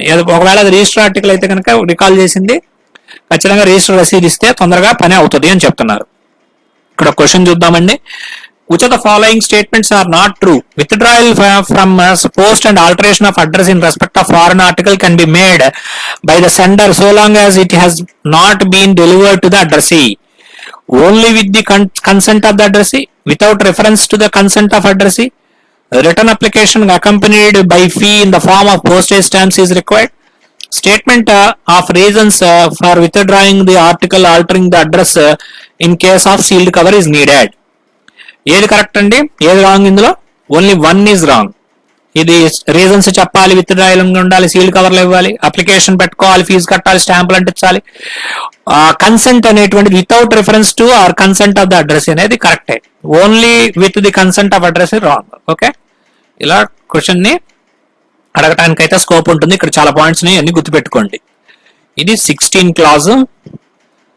తర్వాత fee paid for recall will not be refunded under any circumstances. ఒక్కసారి కనుక ఫీజు కట్టేసిన తర్వాత ఎట్టి పరిస్థితుల్లోనూ ఆ రికాల్ కి సంబంధించిన ఫీజుని మనం ఇవ్వము. ఎట్టి పరిస్థితులు అంటే ఏంటి, ఒకవేళ కాన్ఫిస్కేట్ చేసినా, లేకపోతే అప్పటికే డెలివరీ అయిపోయింది అనుకోండి, రికాల్ పెట్టాడు, ఈ లోపే అది డెలివరీ అయిపోయింది, మనం ఏం చేస్తాం, డెలివరీ అయిపోయింది కాబట్టి డబ్బులు నాకు ఇచ్చేయండి అంటే ఇవ్వము. అందుకని అక్కడ ఎనీ సర్కమ్స్టాన్సెస్. కాబట్టి ఇట్లాంటి సర్కమ్స్టాన్సెస్ కానీ ఇంకా కొత్తవి కూడా మీకు అప్లికేషన్ టైప్ ఆఫ్ క్వశ్చన్ కింద ఇవ్వచ్చు. అప్పుడు కూడా మీరు అవన్నీ కూడా కుదరదనేసి రాసుకోవాలన్నమాట. Except the extent provided above, articles cannot be intercepted or redirected in the course of transmission. ఇది ఇంపార్టెంట్ అండి. ఆర్టికల్స్ అనేటువంటివి దారిలో పైన చెప్పిన రికాల్ చేసిన సందర్భంలో కాకుండా మిగతా సందర్భాల్లో ఎక్కడ కూడా ఆపటానికి కానీ, redirection in the course of transmission లో రీడైరెక్షన్ చేయడానికి వీలు పడదనమాట. ఇది గుర్తుపెట్టుకోండి. ఎక్కడ కోర్స్ ఆఫ్ ట్రాన్స్మిషన్ లో చేయరు, ఇది ఇంపార్టెంట్. రిడైరెక్షన్ ఎక్కడ చేయరు, కోర్స్ ఆఫ్ ట్రాన్స్మిషన్ ఎక్కడ చేస్తారు, పోస్ట్ ఆఫీస్ ఆఫ్ డెలివరీ దగ్గర మాత్రమే రిడైరెక్షన్ చేస్తారు. అది ఇన్లాండ్ అయినా ఫారిన్ అయినా, PO 1 అయినా 2 అయినా. ఇంకొక క్వశ్చన్ చూడండి. If the application for withdrawal from post could not be affected owing to any reasons, the fee paid for recall will be refunded, will not be refunded in any circumstances, will be refunded provided the competent authority satisfies none of the above. ఏదది will not be refunded under any circumstances. ఇక్కడ delivery అయిపోయిందని కానీ ఇంకా ఏదైనా రాయొచ్చు, ఏది రాసినా ఆన్సర్ అదే. Period of detention and warehousing charges, ఇది ఇంపార్టెంట్ కాన్సెప్ట్ అండి, జాగ్రత్తగా వినండి. If the addressee or any ordinary or value payable inward foreign packet of printed papers అంటే ఆర్డినరీ కానీ వాల్యూబుల్ ఆర్టికల్ కానీ, ఫారిన్ ప్యాకెట్ కానీ, బ్యాగ్ కానీ, ప్రింటెడ్ పేపర్స్ అయినా కానీ, లేదా స్మాల్ ప్యాకెట్ కానీ fails to take delivery within 7 days following the date of first presentation or the date of delivery to him or his accredited agent of an intimation of arrival. If it weighs more than 500 grams, a warehousing charge at a rate per day given in the appendix commencing from the 8th day shall be collected from the addressee at the time of delivery. అంటే ఒక foreign packet కానీ, bag కానీ, printed papers కానీ, లేకపోతే small packet కానీ, వీటిలో ఏది వచ్చినా కూడా అది మెయిన్ పాయింట్ ఏంటంటే 500 గ్రాముల కన్నా ఎక్కువ ఉంటే మాత్రం చేతనే గనక ఉండి అతను గనక వచ్చిన దాన్ని ఇంటిమేషన్ ఇచ్చినా గానీ, లేదా ఫస్ట్ టైం పోస్ట్ మ్యాన్ వచ్చి ప్రెజెంట్ చేసినప్పుడు గానీ, అతను గనక వారం రోజుల్లో వచ్చి తీసుకోకపోతే పోస్ట్ ఆఫీస్ కి, అది 500 గ్రాములు దాటిన వస్తువు అయితే గనక వేర్ హౌసింగ్ ఛార్జెస్, అంటే మన దగ్గర నిల్వ అట్టి పెట్టినందుకు, మన స్పేస్ ని కన్స్యూమ్ చేసినందుకు, మన స్పేస్ ని వాడుకున్నందుకు, పోస్ట్ ఆఫీస్ స్పేస్ ని ఒక 500 గ్రామ్స్ కన్నా దాటి ఉంటే మాత్రం చేతనే అప్పుడు మనం 8th డే నుంచి వేర్ హౌసింగ్ ఛార్జెస్ అనేటువంటివి అపెండిక్స్ లో ఇచ్చారంట. దాని ప్రకారం ఆ రేట్లు ఉంటాయి, అక్కడ లిస్ట్ ఉంటుంది పట్టిగా, దాని ప్రకారం వసూలు చేయాల్సి ఉంటుంది at the time of delivery. అతనికి డెలివరీ ఇచ్చేటప్పుడు 8 రోజు నుంచి 9, 10, 10, 15 అట్లా ఒక 20 రోజులు అట్టు పెట్టాడు అనుకోండి, అప్పుడు వేర్ హౌసింగ్ ఛార్జెస్ అనేవి పడతాయి ఇంటిమేషన్ ఇచ్చిన తర్వాత. ఓకేనండి. ఇక్కడ క్వశ్చన్ కనుక చూస్తే, warehousing charges shall be levied if the addressee of the inward foreign small packet fails to take delivery of it within 7 days following the date of its first presentation or intimation if it weighs more than 500 grams from the 8th day. 1 kg, 5 kg, 10 kg ఇచ్చారు, ఇక్కడ 500 grams from the 8th day. అది గుర్తుపెట్టుకోండి. Question ఎలా ఉంటుంది అనేది కూడా మీకు ఊరికనే చూపిస్తున్నాను. If the above articles are addressed poste resident or not taken delivery 7 days. మనకి తెలుసు కదా, పోస్టే రెసిడెంట్ కి ఇండియా అయినా ఫారిన్ అయినా ఒకటేనండి. 7 days లో డెలివరీ అయిపోతే కనుక వేర్ హౌసింగ్ ఛార్జెస్ అనేటువంటిది 8th డే కలెక్ట్ అవుతుంది. పోస్టే రెసిడెంట్ కూడా గుర్తుపెట్టుకోవాలి. వీపీ ఆర్టికల్ కనుక అయితే కనుక, వీపీ ఆర్టికల్ కి అయితే 7 రోజులు టైం ఉంటుంది. వీపీ ఆర్టికల్ కాకుండా మిగతా ఏదైనా కూడా 1 month టైం వరకు ఉంటది అనమాట, డీటైన్ చేస్తారు. ఓకే, ఇది ఫారిన్ కైనా ఇంగ్లాండ్ కైనా ఒకటే, గుర్తుపెట్టుకోండి. అన్డెలివరబుల్ పోస్టల్ ఆర్టికల్ అనేటువంటిది ఏం చేస్తారన్నమాట, is not detain in the office of delivery. Office of delivery దగ్గర అన్డెలివరబుల్ ఆర్టికల్ ని అట్టిపెట్టరు. ఎప్పుడు అట్టిపెట్టరు, రిఫ్యూజ్ చేస్తే అట్టిపెట్టరు. ఒకవేళ left without instructions away from India, left India అయినా కానీ అట్టిపెట్టరు. అలాగే డెత్ అయినా కూడా అట్టిపెట్టరు అనమాట. రీడైరెక్టెడ్ కరెస్పాండెన్స్ గురించి చూద్దామండి. All redirected correspondence is treated as the following manner. Surface mail items received from any country for delivery in India may B redirected to any place with in India. Surface mails, ఇక్కడ 2 రకాల mails ఉంటాయి, surface, air mail. Surface అంటే ఏంటి, భూమి ద్వారా వచ్చేటువంటివి, RTC గానీ, train గానీ, ఇంకేదైనా గానీ. అది ఎయిర్ ద్వారా అంటే ఫ్లైట్ ఎక్కితే ఎయిర్ మెయిల్ అంటాము. సర్ఫేస్ మెయిల్ అంటే మిగతా ఎయిర్ ద్వారా కాకుండా మిగతా సర్ఫేస్ మెయిల్ అంటాము. ఇది రీడైరెక్షన్ అనేటువంటిది సర్ఫేస్ మెయిల్ అయితే ఎక్కడికైనా చేయొచ్చు within India. Only first class mail with surcharged or unsurcharged letters, aerogrammes, post cards are eligible for free redirection. First class articles నేను ఏంటి అంటాము, letters, aerogrammes, post cards, foreign కంట్రీలో గుర్తుపెట్టుకోండి. ఈ మూడింటిని కూడా ఫ్రీ రీడైరెక్షన్ అనేటువంటిది పాసిబుల్ అనమాట. ఈ ద్వారా చేయొచ్చు విత్ ఇన్ ఇండియా, అది కూడా విత్ ఇన్ ఇండియా చేయొచ్చు. ఓకేనండి. ఇంకా క్లాస్ ఏ ఉంటుంది, క్వశ్చన్స్ ని కాస్త ఆపుతాను, అప్పుడు కానీ క్లాస్ కాదు. Has other classes of letter mail, printed paper, news papers, small packets అన్ని కూడా ఇన్ ఇండియా బై సర్ఫేస్ రూటే పంపిస్తారు జనరల్ గా. అన్లెస్ ఎప్పుడు పంపిస్తారన్నమాట, ఎయిర్ ద్వారా. ఎవరన్నా రిటర్న్ ఇన్స్ట్రక్షన్స్ పోస్ట్ ఆఫీస్ కి ఏమని ఇవ్వాలి, ఎయిర్ ద్వారా పంపించండి అని చెప్పేసి మెసెంజర్ గానీ, అక్కడ సెండర్ గానీ, అడ్రస్ గానీ ఎవరన్నా రిక్వెస్ట్ చేసి వాళ్ళు డిపాజిట్ గనక పోస్ట్ ఆఫీస్ లో కట్టి ఉండాలి. దీని ప్రకారం class 59(2) of PO guide part 1 చాలా ఇంపార్టెంట్ అండి, క్లాస్ నెంబర్ గుర్తుపెట్టుకోవాలి. డిపాజిట్ కట్టాలి అనేటువంటిది 59(2) ఆఫ్ పార్ట్ 1 లో ఉంటుంది. To cover the amount of air fee for the new transmission.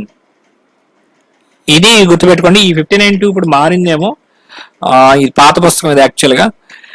Surface mail items received for delivery in India may B from any country are not applying reduced charges of India for India may be redirected to another country by surface mail without any charge for redirection. Reduced charges అంటే ఏంటంటే కొన్ని countries కి agreements ఉంటాయి, reduced charge తగ్గించి తీసుకుంటా ఉంటారు అనమాట. అలాంటి చార్జ్ అప్లై చేయనప్పుడు, ఆ రెడ్యూస్డ్ చార్జెస్ అప్లై చేయనప్పుడు వితౌట్ ఎనీ ఛార్జ్ రిడైరెక్షన్ అయితే చేయొచ్చు. లేదంటే కనుక reduced charges redirection of air is permitted only one air surcharge కనుక కంబైన్డ్ ఛార్జెస్ కానీ ఆ సెండర్ కట్టడానికి కానీ థర్డ్ పర్సన్ ఎవరైతే వాళ్ళు అండర్టేక్ టు పే అంటే కట్టడానికి ఇష్టపడితే మాత్రమే కడితేనే మాత్రమే రిడైరెక్షన్ చేస్తారన్నమాట. In case of redirection by surface mail is not paid before redirection of the item it will be treated as insufficiently paid to the extent and subjected to tax equal to the difference of postage not the double. ఇది చాలా important అండి. Redirection surface mail లో not paid before redirection of the item, redirection చేసే ముందు గనక డబ్బులు కట్టకపోతే కనుక ఇన్సఫిషియెంట్లీ పెయిడ్ కింద ట్రీట్ చేస్తారు. Subject to tax equal to the difference of postage not double the postage కాదు, ఈక్వల్ ద అని చేస్తారని చెప్పేసి అంటున్నారు అనమాట. అంటే surface sale mails received for delivery in India from any country applying reduced charges for India may be redirected surface mail to the country on payment of difference between the postage already paid and that would have been charged if the item has been dispatched direct from the country of posting. ఆ difference ఏదైతే ఉందో ఆ difference ని foreign కంట్రీకి inland కంట్రీకి ఉండేటువంటి rates లో గనక డైరెక్ట్ గా ఫారిన్ కంట్రీని పంపిస్తే ఎంత రేట్ అయితే చేస్తారో ఆ రేట్ ని లేదా అక్కడ పెట్టిన రేట్ ని ఈ రెండింటిని తేడా చేసి ఆ మిగతాది కట్టించుకుని పంపిస్తారనమాట. తర్వాత air mail items received from any country for delivery in India may be redirected to any place served in inland post. ఇది ఎయిర్ మెయిల్ ఐటమ్స్ అయితే గనక మనకి అవి విత్ ఇన్ ఇండియా ఎక్కడికైనా పంపించవచ్చు అనమాట. ఇవన్నీ కూడా కొంచెం కాంప్లికేటెడ్, అది నేను చెప్పదలుచుకోలేదు, మీరు చదువుకుంటే చదువుకోండి. అంటే కొంచెం చదివిన దాని మీద కన్ఫ్యూజన్ ఎక్కువ ఉంటుంది. ఓకే, తర్వాత undeliverable and correspondence. Undeliverable correspondence అంటే కనుక ఏం చేస్తాం, undeliverable correspondence is return to the country of origin and delivered to the sender on payment of charges due any. ఒకవేళ అన్డెలివరబుల్ కరెస్పాండెన్స్ అంటే కరెస్పాండెన్స్ లెటర్స్ అని చదువుకున్నాం ఆల్రెడీ. కరెస్పాండెన్స్ అనేది general గా పెద్ద టర్మ్ కింద ఉంటుంది, కాకపోతే ఇక్కడ అన్డెలివరబుల్ గా ఉండేటువంటివన్నీ కూడా ఏం చేస్తారు, కంట్రీ రిటర్న్ చేసేస్తారు. కంట్రీ ఆఫ్ ఆరిజిన్ ఎక్కడి నుంచి అయితే వచ్చిందో ఆ కంట్రీకి పంపిస్తారు, సెండర్ కి పంపించేస్తారు. ఏదైనా ఛార్జెస్ ఉంటే కనుక అతనితో వసూలు చేస్తారు. కానీ ఇక్కడ ఇంపార్టెంట్ పాయింట్ ఏంటంటే పోస్ట్ కార్డ్స్ గనక other than registered post cards ఉంటాయి, కానీ పోస్ట్ కార్డ్స్ ని రిజిస్టర్ కాకుండా ఉండేటువంటి నార్మల్ పోస్ట్ కార్డ్స్ ఉంటాయి కదా, which do not bear the address of the sender are not return. Sender address దొరకని కార్డ్స్ మటుకు రిటర్న్ చేయరు. అలాగే unregistered printed papers other than books, printed papers unregistered ఏవైతే ఉంటాయో బుక్స్ కాకుండా of no value are also not return unless the sender has requested their return by a note on the address side in the language note to the country of destination. కాబట్టి ఏమేమి return చేయరు, post cards చేయరు, sender address లో అయినవి, అలాగే unregistered printed papers కూడా చేయరు అనమాట. సెండర్ అడిగితే తప్ప అవి రిటర్న్ చేయరు, ఇది గుర్తుపెట్టుకోవాలి. Undeliverable mail is normally return by surface unless the sender has specifically requested for returning it by air. General గా అన్డెలివరబుల్ మెయిల్ అంతా కూడా సర్ఫేస్ ద్వారానే పంపిస్తారు. ఎప్పుడు ఎక్సెప్షన్ ఏంటంటే అతను ఎయిర్ సర్ఛార్జ్ కట్టి నాకు పంపించండి అన్న రిక్వెస్ట్ ఉంటే తప్ప అలా చేయరు అనమాట. తర్వాత అఫీషియల్ పోస్టల్ ఆర్టికల్స్ అనేది పుయ్యగట్ పార్ట్ 1 లో కూడా చదువుకున్నాం, ఇన్లాండ్ సంబంధించి. ఇక్కడ ఏంటంటే ఫారిన్ లో అన్నమాట. The rules relating to private correspondence apply equally to the official postal articles. Private correspondence కి ఏవైతే రూల్స్ ఉంటాయో అఫీషియల్ పోస్టల్ ఆర్టికల్స్ కూడా అవే ఉంటాయి. In particular, it should be noted that taxing of postage on unpaid official correspondence will be the same as for private correspondence. అక్కడ మనము inland లో మనం చూసాము ట్యాక్సింగ్ ఏ విధంగా ఉంటుంది అనేది, డిఫరెన్స్ ని మాత్రమే కలెక్ట్ చేస్తాము, డబుల్ డెఫిషియన్సీ వేయము. కానీ ఇక్కడ ఏంటంటే ప్రైవేట్ కరెస్పాండెన్స్ కి ఏదైతే ట్యాక్స్ వేస్తారో ఇక్కడ అఫీషియల్ పోస్టల్ ఆర్టికల్స్ కూడా అదే ట్యాక్స్ పడుతుంది. దేని ప్రకారం వేస్తారంటే ప్రైవేట్ కరెస్పాండెన్స్ కి ఏది వేస్తారో అదే వేస్తారు, గుర్తుపెట్టుకోండి. Service stamps can be used for paying outward foreign official foreign mail, but postage due on the inward foreign mail addressed to government officers cannot be paid by means of service stamps. అంటే ఏంటన్నమాట, service stamps can be used for prepaying outward foreign mail. అంటే బయట countries కి పంపించేటువంటి mail కి మనము ఈ service stamps అనేటువంటిది అంటించవచ్చు. కానీ సర్వీస్ స్టాంప్స్ ను అంటించకూడని సందర్భం కానీ దాన్ని లెక్కలోకి తీసుకునే సందర్భం ఎప్పుడన్నమాట, ఇన్వర్డ్ ఫారిన్ మెయిల్. అంటే మనకి వేరే కంట్రీ నుంచి ఫారిన్ ఆర్టికల్ వచ్చింది, అఫీషియల్ ఆర్టికల్, అయితే ఆ ఆర్టికల్ కి ట్యాక్స్ పడింది, అన్పెయిడ్ ఉంది, పోస్టేజ్ డ్యూ ఉంది, పోస్టేజ్ డ్యూ ఉంటే దాన్ని బదులుగా నేను ఈ స్టాంపులు అంటిస్తాను డబ్బులు ఏమనంటే కుదరదు. అది ఖచ్చితంగా క్యాష్ ద్వారా, అన్పెయిడ్ అనేది ఎప్పుడు కూడా క్యాష్ ద్వారానే తీసుకోవాలి. స్టాంపులు ఇక్కడ కానీ ఇన్లాండ్ లో కానీ ఫారిన్ లో కానీ మనం స్టాంపులనే తీసుకోవాలి, సర్వీస్ స్టాంప్స్ తీసుకోవాలి. అన్పెయిడ్ కి ఎప్పుడు కూడా క్యాషే. ఓకే, కరస్పాండెన్స్ మనకి ఇనిషియల్ చేయాలి, అది తెలిసింది కదా. ఆథరైజ్డ్ ఆఫీసర్ ఇనిషియల్ చేయాలి అన్పెయిడ్ కి, అక్కడైనా ఎక్కడైనా. Correspondence of personal of Indian armed forces serving outside India. Indian armed forces ఎవరైతే అదర్ కంట్రీస్ లో పనిచేస్తూ ఉంటారో, సర్వ్ చేస్తుంటారో, అలాంటివన్నీ కూడా ఏం చేస్తారు, articles of personal of Indian armed forces serving outside India should be addressed to Indian army post office. అది APO 56 ఏపీఓకి address చేయాలి. Or fleet Mumbai, fleet mail office Mumbai. ఇది పిఓ గైడ్ పార్ట్ 1 లో కూడా చదువుకున్నాం. 56 ఏపీఓ కానీ ఫ్లీట్ మెయిల్ ఆఫీస్ ముంబై. ఇది కూడా important question అండి, క్వశ్చన్ రావడానికి అవకాశం ఉంటుంది. సింపుల్ గా Indian armed forces serving outside India should be addressed to అని కింద ఇవ్వచ్చు అనమాట. They are not exempt from postal charges. ఇవన్నీ కూడా such article should be prepaid in inland rates and will be treated as inland articles for all purposes. వీటికేం special గా ఏముండదు. కాకపోతే ఏంటనమాట, పోస్టల్ చార్జెస్ ఎగ్జంప్షన్ అనేటువంటిది కూడా ఏమీ ఉండదు. Customs declaration and other formalities connected with out side articles. దీనికి సంబంధించి ఒక ఫారిన్ పోస్ట్ సంబంధించి వీడియో చేశాను. ఇవన్నీ కూడా కొంచెం రెడెండెంట్ పాతవి అనమాట, అందుకని స్ట్రైక్ చేశాను నేను. Letter post articles containing dutiable goods and all small packets should be accompanied by customs declaration. ఇది గుర్తుపెట్టుకోవాలండి, ఆల్ స్మాల్ ప్యాకెట్స్ అనేది ఇంపార్టెంట్. అన్ని స్మాల్ ప్యాకెట్స్ కూడా కస్టమ్స్ డిక్లరేషన్ ఉండాల్సిందే. అలాగే లెటర్ పోస్ట్ ఐటమ్స్ లో కూడా డ్యూటీబుల్ గూడ్స్ ఉంటే గనక, అలాగే ఉంటే లెటర్ పోస్ట్ ఐటమ్స్ కి ఏమో డ్యూటీబుల్ గూడ్స్ ఉంటే మాత్రం చేతనే కస్టమ్స్ డిక్లరేషన్ ఉండాలి, లేకపోతే అవసరం లేదు. కానీ స్మాల్ ప్యాకెట్స్ మట్టికి డ్యూటీబుల్ గూడ్స్ ఉన్నాయా లేవా అనేటువంటిది సంబంధం లేకుండా ప్రతి స్మాల్ ప్యాకెట్ కూడా కస్టమ్స్ డిక్లరేషన్ ఫార్మ్స్ ఎన్క్లోజ్ చేయవలసిందే. అది ఓకేనండి. తర్వాత ఇప్పుడు different conditions relating to various classes section 3కి వచ్చాం. Classes of letter post items, letters గురించి చూద్దాము. లెటర్స్ లో కొన్ని ప్రొహిబిట్ చేస్తారండి.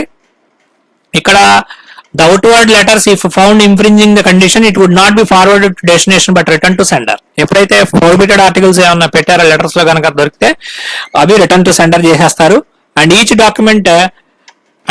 సచ్ డాక్యుమెంట్ చాలా ఇంపార్టెంట్ అండి. Each such document being treated as unpaid letter and charged double the postage at inland rates. Inland rates ప్రకారం డబుల్ ది పోస్టేజ్ అనేటువంటిది వేస్తారన్నమాట prohibited ఉంటే. ఎందుకని ప్రొహిబిటెడ్ అంటే, ఇన్ ద సెన్స్ ఇక్కడ ప్రతి లెటర్ లో కూడా మనకి పర్సనల్ కరెస్పాండెన్స్ అనేటువంటిది any other letter, note or document having character of current and personal correspondence exchanged between the person other than the sender and addressee of the letter or persons living with them in the capacity of family members or bona fide guest. అంటే ఏంటనమాట, ఒక sender from address, sender to address. Letter అంటే ఏంటి, ఒకరి నుంచి ఒకరికి ఏ అనే వ్యక్తి బి అనే వ్యక్తికి ఉత్తరం రాస్తే దానిలో కరెస్పాండెన్స్ ఉంటుంది. మరి ఇక్కడ పర్సనల్ కరెస్పాండెన్స్ వద్దంటున్నారు ఏంటండి అంటే కనుక, ఎవరికైతే ఏ అండ్ బికి కరెస్పాండెన్స్ ఉంటే ఓకే, కానీ మూడో వ్యక్తికి లెటర్ రాసి అది అందులో పెట్టి ఇది తీసుకెళ్లి నువ్వు సి అనే వ్యక్తికి అక్కడ ఫారిన్ కంట్రీకి చేరినాకంటే అది తప్పు. ఓకేనండి, అది ప్రొహిబిటెడ్, అది గుర్తుపెట్టుకోండి. అలాంటి కనుక కనపడితే కనుక, అలాంటి 4 దొరికాయి అనుకో, 4 కూడా సపరేట్ ఈచ్ ప్రతి దానికి కూడా అన్పెయిడ్ లెటర్ కింద వేసి డబుల్ ద పోస్టేజ్ అనేటువంటిది వేయడం జరుగుతుంది. 5 రూపాయలు అయితే అసలేం కట్టలేదు అనుకోండి, ఆటోమేటిక్ గా 10 రూపాయలు ప్రతి దానికి. అట్లాంటి 4 ఉంటే 40 రూపాయలు పడుతుంది. In case of inward foreign article ఎలా తెలుస్తుందండి, ఈ కవర్ ఓపెన్ చేయరు కదా అనుకుంటే కనుక, మధ్యలో ఒక కస్టమ్స్ అనేటువంటిది ఒకటి ఉంటుంది. వాళ్ళు ప్రతిదీ ఓపెన్ చేసి మళ్ళీ రీక్లోడ్ చేస్తారు, అక్కడ దొరుకుతాయి ఇవన్నీ. In case of inward foreign articles infringing this condition double the, ఒకవేళ ఇది బయటికి వెళ్తుంటే వస్తుంది అనుకోండి, ఇన్వర్డ్ ఫారిన్ అంటే అవుట్వర్డ్ అంటే ఏంటి, ఇక్కడ నుంచి బయటికి వెళ్తుంటే అంటే ఫారిన్ కంట్రీకి వెళ్తుంటే. ఇన్వర్డ్ అంటే ఏంటి, ఫారిన్ కంట్రీ నుంచి మనకు వస్తుంది అనమాట. Inward foreign articles infringing this condition. Infringing అంటే వైలేట్ చేయటం, అంటే దాన్ని నిషేధించిన దాన్ని మనం అమలు చేయటం అనమాట, అది ఇన్ఫ్రింజింగ్ అనమాట. In the condition double the postage at the international rates will be charged on each individual document concerned in the particular envelope and realized from the addressee before delivery. Inward వస్తే కనుక address దగ్గర వసూలు చేస్తాం, outward అయితే కనుక return to centre చేసి అక్కడ difference ని వసూలు చేస్తాం అనమాట. ఇక్కడ లెటర్ అనే దానికి మినిమం మాక్సిమం అనేటువంటిది ఉంది. మాక్సిమం వచ్చేసరికి లెంత్ ప్లస్ గ్రేటర్ డైమెన్షన్. ఇది గ్రేటర్ డైమెన్షన్ అనేటువంటిది లెస్ దాన్ 600 mm ఉండాలి. లెంత్ ప్లస్ డెప్త్ కనుక అయితే 900 mm ఉండాలి, కన్నా తక్కువ ఉండాలి. ఓకేనండి, లెంత్ ప్లస్ డెప్త్ 900 mm కన్నా తక్కువ. గ్రేటర్ డైమెన్షన్ అంటే పెద్దది, చుట్టుకొలత ఏదైతే పెద్దది ఉంటుందో డైమెన్షన్ లెటర్ లో లెంత్ బ్రెత్ ఉంటుందో అది లెస్ దాన్ 600 mm ఉండాలి. ఓకే, ఇది పొడవు వెడల్పు మొత్తం కలిపి ఇది ఎంత ఉండాలి. Okay, depth. రోల్ ఫామ్ అయితే ఇవన్నీ ఉన్నాయి, మీరు చూసుకోండి. మినిమం వచ్చేసరికి సర్ఫేస్ మెజరింగ్ 90/140. ఇది కార్డ్ సైజ్ అండి. మినిమం అయితే లెటర్ ఈ సైజ్ లో అయితే ఉండాలి. మాక్సిమం అయితే ఇవి 900 L+D అండ్ GD 600 mm. ఇంకొక ఇంపార్టెంట్ పాయింట్ ఏంటంటే, it is recommended that as far as possible dimensions of letter should be below 120 mm into 235. ఇక్కడ మనం చూసాం మినిమం ఇది, మాక్సిమం ఇది అని చూసాము. As far as possible 120/235 mm with thickness of less than 5 mm and such that ratio between length and breadth is more than √2. ఇది ఒకటి important అండి. ఈ √2 అనేది గుర్తుపెట్టుకోండి. Ratio between length and breadth of a letter, a foreign letter is more than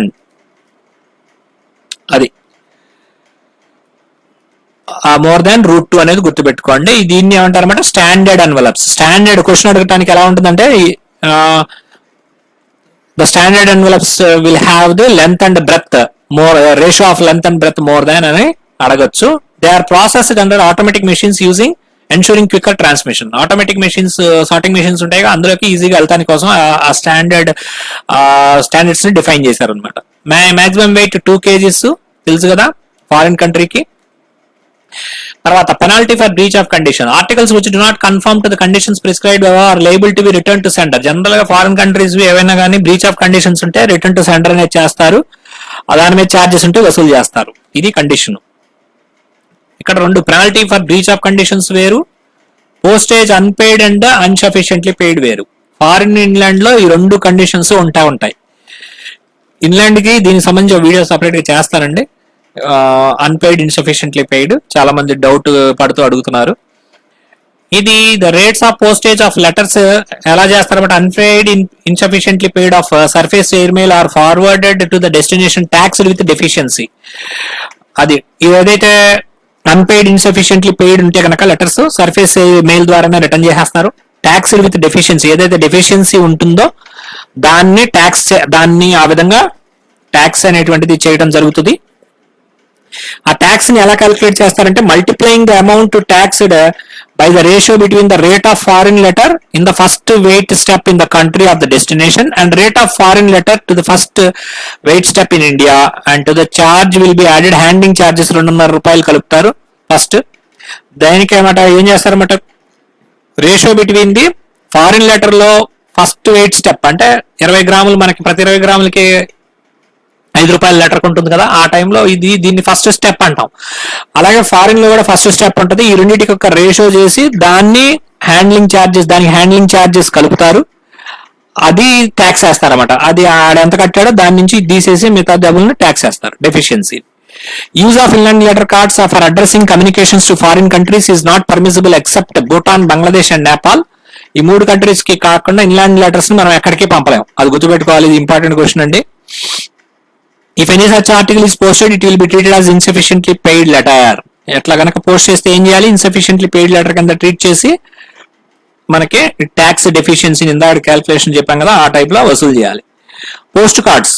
ఈ postcards అనేటువంటిది ఏంటంటే, postcards మనందరికీ తెలుసు, head of the postcard అనేటువంటి హెడ్డింగ్ తోటి ఉండాలి, ఫ్రంట్ సైడ్, అడ్రస్ సైడ్.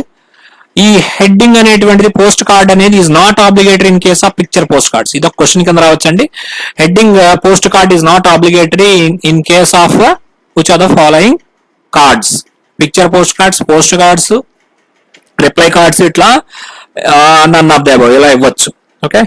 తర్వాత the reply paid post card service is not available in foreign post except for Bhutan, Bangladesh, Nepal. ఈ భూటాన్, బంగ్లాదేశ్, నేపాల్ కి తప్ప మిగతా చాటకి రిప్లై పోస్ట్ కార్డ్ అనేది లేదు. ఇది గుర్తు పెట్టుకోండి.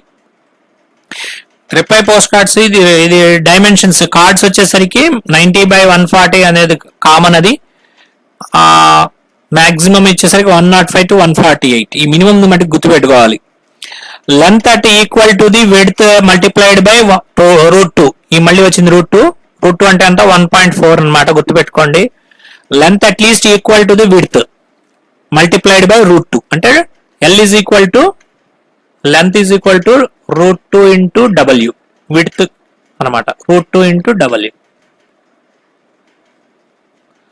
√2 ఇంటూ డబ్ల్యూ. అదర్ కండిషన్స్ ఏంటి? పోస్ట్ కార్డ్ ని ఫోల్డ్ చేయకూడదు, కట్ చేయకూడదు, ఆల్టర్ చేయకూడదు.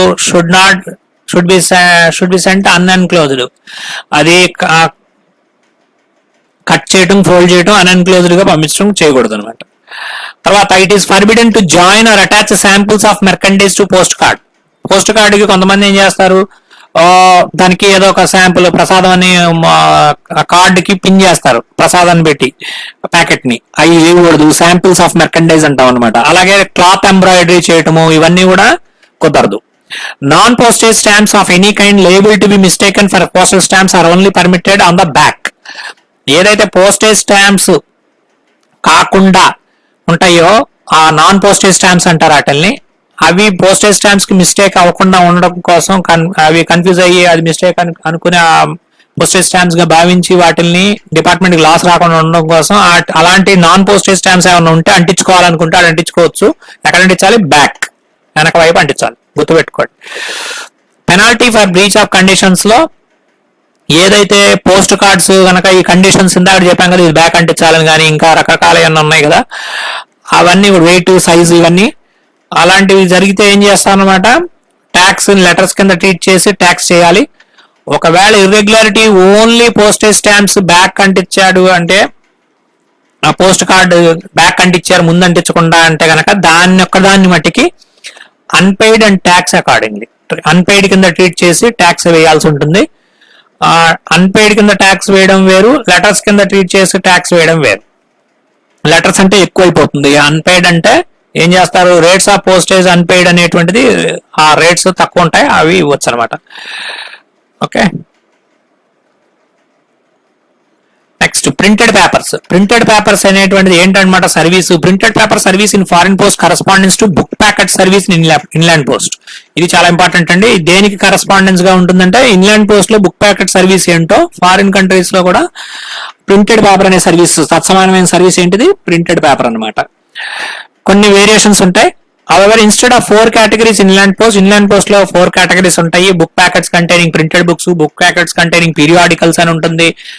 తర్వాత శాంపుల్ ప్యాటర్న్ ప్యాకెట్స్ ఉంటాయి, రిజిస్టర్డ్ న్యూస్ పేపర్స్ ఉంటాయి, ఇవన్నీ ఉంటాయి బుక్ ప్యాకెట్ లో భాగాలు. కానీ ఇక్కడ ఏంటనమాట, ఆర్డినరీ ప్రింటెడ్ రెండే ఉంటాయి ఫారిన్ దాంట్లో. ఎన్ని ఉంటాయి అది కూడా గుర్తుపెట్టుకోవాలి. 2 కేటగిరీస్ ఉంటాయి ప్రింటెడ్ పేపర్స్. ఏంటవి? Ordinary printed papers, newspapers registered అనమాట. అంటే registered news papers, printed papers, ఈ 2 రకాలుగా ఉంటాయి అనమాట. Ordinary printed papers and registered news papers. Registered news papers కి ఎవరు ఇస్తారనమాట, head of the circle permission ఇస్తారు, like inland registered news papers లాగానే అని చెప్పేసి ఇక్కడ చెప్తున్నాడు. మీకు అది రూల్ ఏదుంటే అది చూడండి. Items are not admitted in inland post as book packets are not admitted as printed papers in foreign post. Book ప్యాకెట్లుగా ఏవైతే వస్తువుల్ని బుక్ ప్యాకెట్ లో మనం అలౌ చేయమో ఇన్లాండ్ లో, ఫారిన్ లో కూడా ప్రింటెడ్ పేపర్స్ లో అట్లా అదే ఐటమ్స్ ని ఫారిన్ పోస్ట్ కూడా అలౌ చేయమన్నమాట. ఓకే అండి, ఇక్కడ గుర్తుపెట్టుకోవాల్సింది ఏంటంటే, ఈ ప్రింటెడ్ పేపర్స్ కింద మ్యానుస్క్రిప్ట్స్ పంపించవచ్చు, అంటే రైటింగ్ లో ఉండాలి. న్యూస్ పేపర్స్ సంబంధించి మ్యూజికల్ స్కోర్స్ కూడా మ్యానుస్క్రిప్ట్స్ అండి. మ్యూజికల్ స్కోర్స్ అంటే ఫిల్మ్ మ్యూజిక్ అది కాదు. Musical scores and in manuscript అంటే రాసినవి, మ్యూజికల్ స్ట్రోక్స్ పుస్తకంలో రాస్తారు కదా, అది పంపించవచ్చు.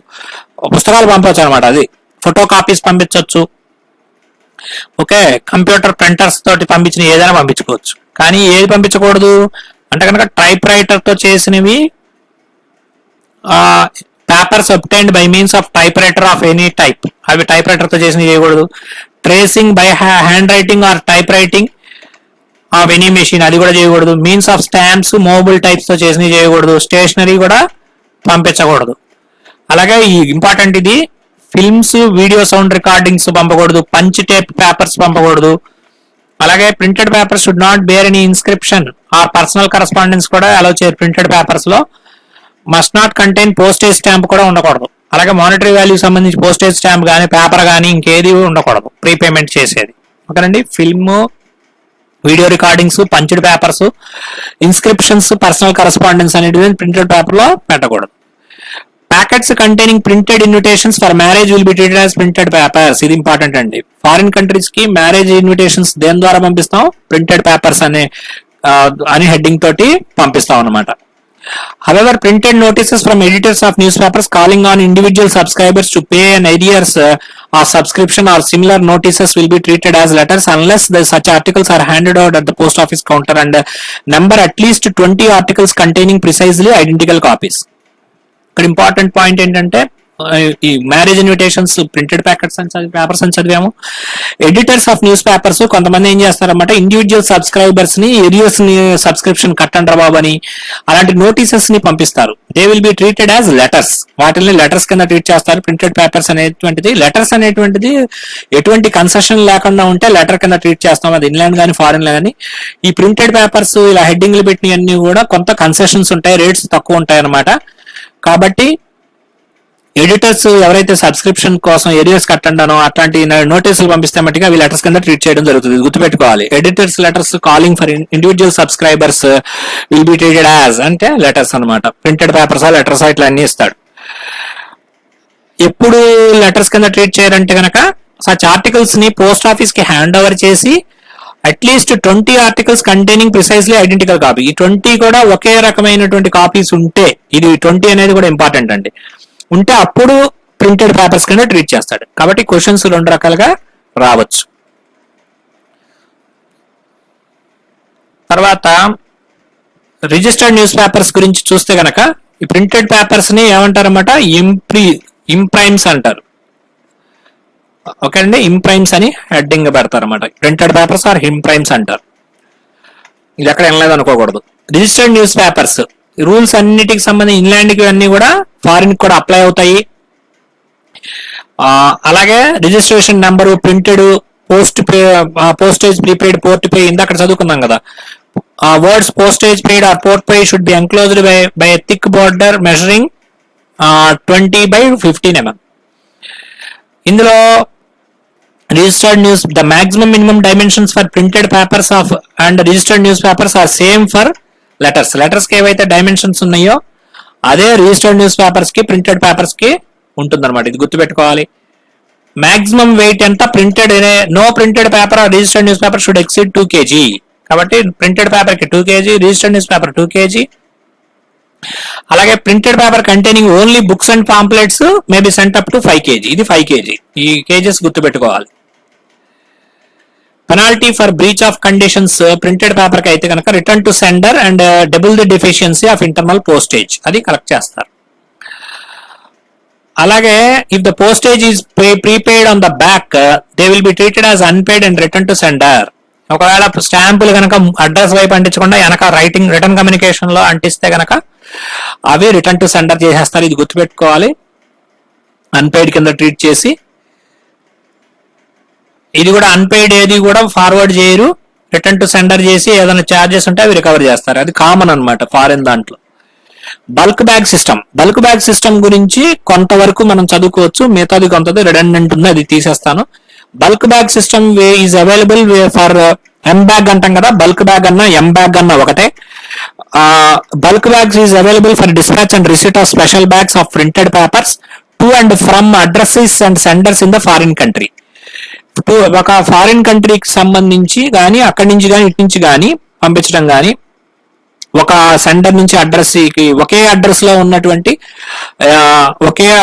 ఉన్నటువంటి అడ్రస్ కి పంపించేటప్పుడు బల్క్ గా ఆర్టికల్స్ వెళ్తుంటే దాన్ని ఈ సిస్టమ్ ని వాడుకుంటారు. బల్క్ బ్యాగ్ అంటారు. స్పెషల్ బ్యాగ్స్ అన్నమాట. ప్రింటెడ్ పేపర్స్ ని పంపించవచ్చు. ఇది same address or the same address may be inserted in 1 or more special bags. Printed papers అన్నమాట. బల్క్ బ్యాగ్ ద్వారా ఏం పంపిస్తారు? Printed papers. ఇది గుర్తుపెట్టుకోవాలి. అది మినిమం 5 kg, మాక్సిమం 30 kgs. మనకి ఇండియా పోస్ట్ వెబ్సైట్ లో 30 kgs అని ఉంటుంది. Bag shall be eligibly addressed in rectangular labels. Label ఎలా ఉండాలి? Post card size 90 x 140 mm. దానికి నెక్ కడతారు, అడ్రస్ కట్టి. Similar label is placed inside the bag కూడా ఉంటుంది.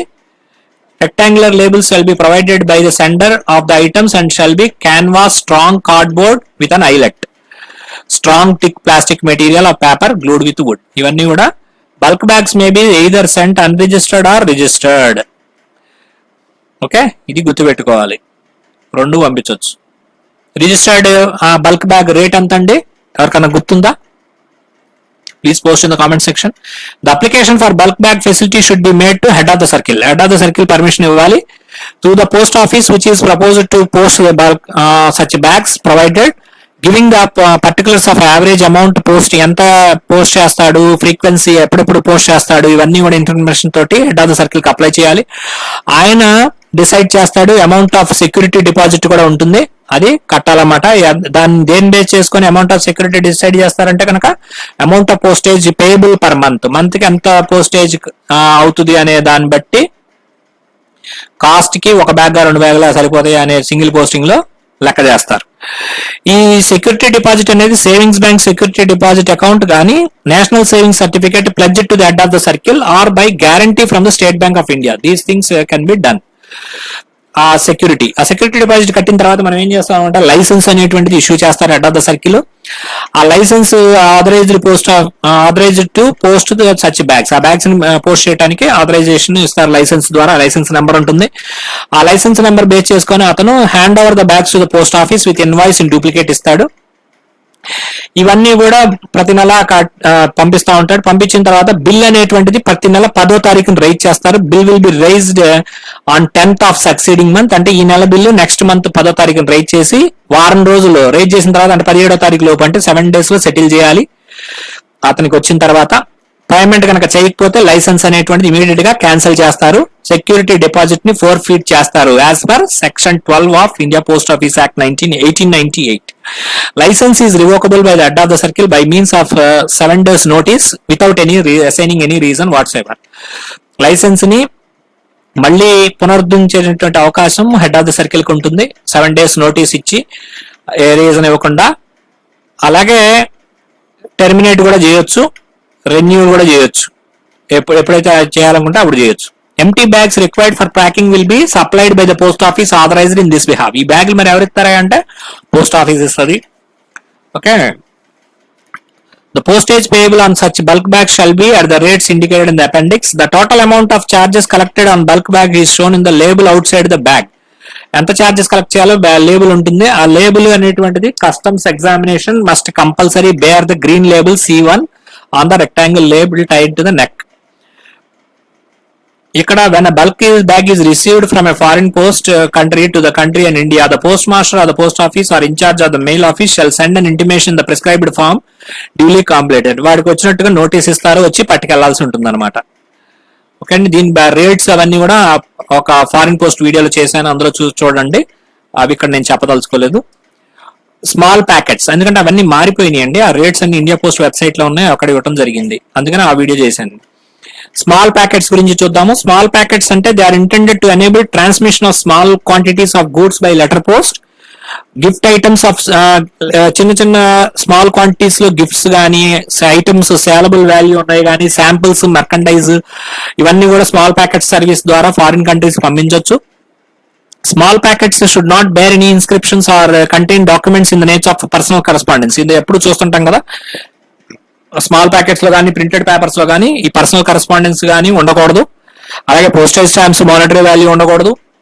అందులో ఏం పెట్టుకోవచ్చు అనమాట, ఇన్వాయిస్ మట్టికి పెట్టుకోవచ్చు. ఏదైనా ట్రేడ్ మార్క్స్ ఉండొచ్చు, send address, from address, to address, అట్లా ఏదైనా కరెస్పాండెన్స్ పెట్టుకోవచ్చు, కానీ ఇది ఉండకూడదు. తర్వాత legal and commercial documents, old correspondence, insurance documents, ఇవన్నీ కూడా పెట్టుకోవచ్చు అనమాట.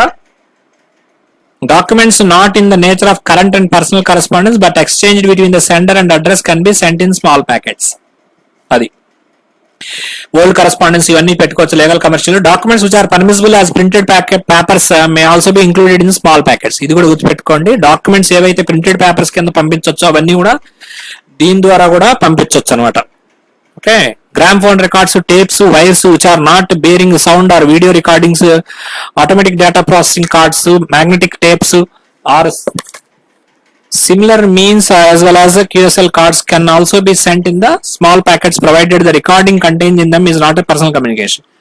వాయిస్ రికార్డ్ చేసి అందులో పర్సనల్ కమ్యూనికేషన్ గా పంపించటం అలాంటిది అయితే కుదరదు, కానీ ఏదైనా పాటలు లాంటివి మిగతాయి పెట్టుకోవచ్చు అనమాట. డైమెన్షన్స్ ఆఫ్ లెటర్స్ సంబంధించి రెస్ట్రిక్ట్ అవ్వాలి. డైమెన్షన్స్ వచ్చేసరికి స్మాల్ ప్యాకెట్స్ కూడా. వెయిట్ వచ్చేసరికి ఇక్కడ 1 kg అని ఇచ్చారు. ఇండియా పోస్ట్ సైట్ లో 2 అని ఉంది. ఇండియా పోస్ట్ సైట్ తీసుకుందాం ప్రస్తుతానికి. పెటిటిస్ ప్యాకెట్స్ అంటారు దీన్ని. స్మాల్ ప్యాకెట్స్ అనే మాటని ఇందాక చూసుకున్నాం కదా, రకరకాలు వస్తున్నాయి, అది గుర్తుపెట్టుకోవాలి. Customs declaration should always accompany small packets irrespective of value. ఇది చాలా ఇంపార్టెంట్ అండి. కస్టమ్స్ డిక్లరేషన్ స్మాల్ ప్యాకెట్స్ కి ఎప్పుడు ఉంటుంది, ఎంత వాల్యూ అయితే ఉంటుంది అని క్వశ్చన్ వేసి కింద ఇర్రెస్పెక్ట్ ఆఫ్ వాల్యూ అనేది డి ఆప్షన్ లో ఇవ్వచ్చు. అలాంటివి ఉంటాయి. Small packets delivery. Small packets exceeding 500 grams in weight are subject to a delivery fee payable by the addressee at the time of delivery. 500 grams దాటితే కనుక స్మాల్ ప్యాకెట్స్ కి delivery fee అనేటువంటిది extra ఉంటుంది. ఈ డెలివరీ ఫీ అనేటువంటిది separate అనమాట. Customs clearance fee, actual duties, ఏదైతే customs duty ఇవన్నిటి కాకుండా ఈ డెలివరీ ఫీ అనేది ఉంటుంది. ఎందుకని 500 grams దాటింది కాబట్టి. ఇది ఇంపార్టెంట్ అండి. డెలివరీ ఫీ ఎప్పుడు వేస్తారంటే అది. తర్వాత penalty for breach of condition small packets ఎప్పుడు కూడా return to sender, double deficiency గుర్తుపెట్టుకోండి. రిటర్న్ టు సెండర్ ఇది అన్పెయిడ్ ఇన్సఫిషియెంట్లీ పెయిడ్ అయితే కనుక return to sender recovery charges. Treating them as inland parcels, ఇది చాలా ఇంపార్టెంట్ అండి. పార్సల్స్ కింద ట్రీట్ చేస్తారు. ఇది స్మాల్ ప్యాకెట్స్ కనుక ఈ ఇన్సఫిషియెంట్లీ కానీ అన్పెయిడ్ అయితే కనుక. బ్లైండ్ లిటరేచర్ గురించి చూద్దామండి, ఇది important. Sound recordings at literature. Blind literature ఏంటంటే పోస్టేజ్ ఛార్జెస్ ఏముండవు, బ్రెయిలీ లిపిలో పంపించాలి. దాన్ని కెకోగ్రామ్స్ అంటారు. ఇంపార్టెంట్ ఇది. కెకోగ్రామ్స్ అని రాస్తారు. బ్లైండ్ లిటరేచర్ అయినా కెకోగ్రామ్స్ అయినా ఒకటే. ఈ టెర్మినాలజీ అంతా ఒక చోట రాసి పెట్టుకోండి మీరు. ఇందాక ఇది కెకోగ్రామ్స్ అని చూసాము, ఇందాక ఏదో పిటిటిస్ పికెట్స్ అని చూసాము. ఇవన్నీ ఒక చోట రాసుకోండి, మీకు ఈజీగా ఉంటుంది గుర్తుపెట్టుకోవడానికి. Sound recordings match the following కూడా ఇవ్వచ్చు. Sound recordings at literature of for the blind are admitted only if they are sent by or addressed to officially recognized institute for blind. ఈ సౌండ్ రికార్డింగ్స్ అనేటువంటి కనుక పంపించాలంటే కనుక ఇది చాలా important అండి. లిటరేచర్ సంబంధించి సౌండ్ రికార్డింగ్స్ బ్లైండ్ కి సంబంధించి పంపిస్తే అది ఎవరు పంపించాలి? Only recognised institute for blind. మరి వీళ్ళ పేర్లు ఎక్కడ ఉంటాయంటే కనుక ఎవరిస్తారంటే కనుక డీజీ పబ్లిష్ చేస్తాడు సర్క్యులర్స్ లో ఆయన. ఓకే, పోస్టల్ నోటీసెస్ లో ఉంటాయి. తర్వాత blind literature packet should not have ever contain inscriptions, documents, personal correspondence ఇందాక చూసాం కదా, అది ఉంటుంది సేమ్. అలాగే కన్వెన్షనల్ రైటింగ్ అంటే మామూలుగా చేత్తో హ్యాండ్ రైటింగ్ కానీ మనిషి చూడగలిగే వాళ్ళు వాడేటువంటిది ఇక్కడ కన్వెన్షనల్ రైటింగ్ అంటే అర్థం అది. ఆర్ ప్రింటింగ్ కానీ అంటే వాళ్ళు చూడలేరు కదా, మరి అది ఎందుకు పంపిస్తున్నామంటే అది వేరే వాళ్ళ కోసం పంపిస్తున్నట్టు అయిపోతుంది, బ్లైండ్ లిటరేచర్ కింద రాదనమాట. అవి పంపకూడదు. కానీ ఎక్సెప్ట్ ఏంటంటే టైటిల్ పంపించవచ్చు, హెడ్డింగ్ పెట్టచ్చు, టేబుల్ ఆఫ్ కంటెంట్స్ పెట్టచ్చు, and instructions for use of special type or label for return of packet. ఏదైనా రిటర్న్ చేయాలంటే మరి అది ఆ రైటింగ్ లో ఉంటే కుదరదు కాబట్టి దానికి కవర్ పెట్టచ్చు. స్టాంపులు ఉండకూడదు, అబ్లిటరేటివ్ అయినా కానీ మామూలు అయినా కానీ మానిటరీ వాల్యూ ఉన్నాయి పంపించకూడదు. ఇది ఆల్రెడీ చదువుకున్నది. ఇది పర్సనల్ కరస్పాండెన్స్, పోస్టేజ్ స్టాంప్స్, అబ్లిటరేటివ్ చేసినా అంటే కొట్టేసినా కొట్టకపోయినా కానీ పంపించకూడదు అనమాట. స్టాంపులు మొదలు కొట్టినవి కూడా పంపించకూడదు, మానిటరీ లిమిట్ ఉన్నాయి కూడా పంపకూడదు. డైమెన్షన్స్ అన్ని కూడా లెటర్ లాంటివే. ఎక్సీడ్ 7 kgs అవ్వకూడదు వెయిట్. అలాగే ప్యాకింగ్ వచ్చేసరికి కెకోగ్రామ్స్ అని రాయాలి. Front top right hand corner లో ఇన్స్క్రిప్షన్ రాయాలి కెకోగ్రామ్స్ అని. లిటరేచర్ ఫ్రైడ్ బ్లైండ్ ఏమేమి ఎగ్జామ్షన్, పోస్టేజ్ ఫీ ఉండదు. సర్ఫేస్ ట్రాన్స్మిషన్ కి ఎయిర్ తో అయితే ఉంటుందండి, ఎయిర్ కి అయితే ఎయిర్ సర్చార్జ్ కట్టాలి. రిజిస్ట్రేషన్ అక్నాలజ్మెంట్ ఫ్రీయే, ఎంక్వైరీ ఫ్రీయే. 3 ఫ్రీ ఏంటవి? Postage for surface transmission free, registration acknowledgement free, enquiry fee. ఇది క్వశ్చన్స్ లో which of the following is exempt for literature for blind అని చెప్పేసి ఇస్తే postage fee A, B registration acknowledgement, C enquiry fee, D all of the above అని ఇస్తారు. All of the above వస్తుంది. Air surcharge for transmission of literature for blind by air or transmission of acknowledgements by air. Acknowledgements by surface అయితే free అండి, కానీ air అయితే కనుక air surcharge కట్టాల్సిందే. ఇక్కడ ఎయిర్ సర్చార్జ్ పడుద్ది, అక్నాలజ్మెంట్స్ బై ఎయిర్ కానీ ఈ రెండింటికి ఫీజు ఉంటుంది. మూడింటికి ఉండదు. Okay, printed papers however payable as for printed papers.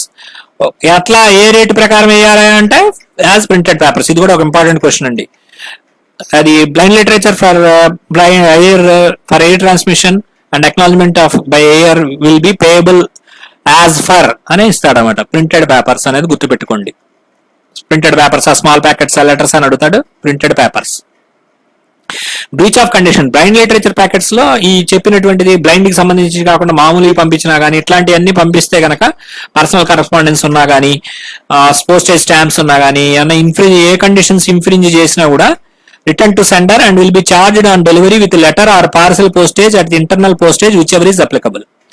Letter అయితే లెటర్ దానికి, పార్సల్ అయితే పార్సల్ రేట్లు కరెక్ట్ చేసి రిటర్న్ చేసేస్తారనమాట. ఓకే, అవి రీపోస్ట్ చేసుకోవచ్చు, కానీ ర్యాపర్ వాడుకోవచ్చు. ఒరిజినల్ ర్యాపర్ కావాలంటే బెటర్ ఏంటంటే కొత్తది వాడుకోవడం మంచిదని చెప్తున్నాడు.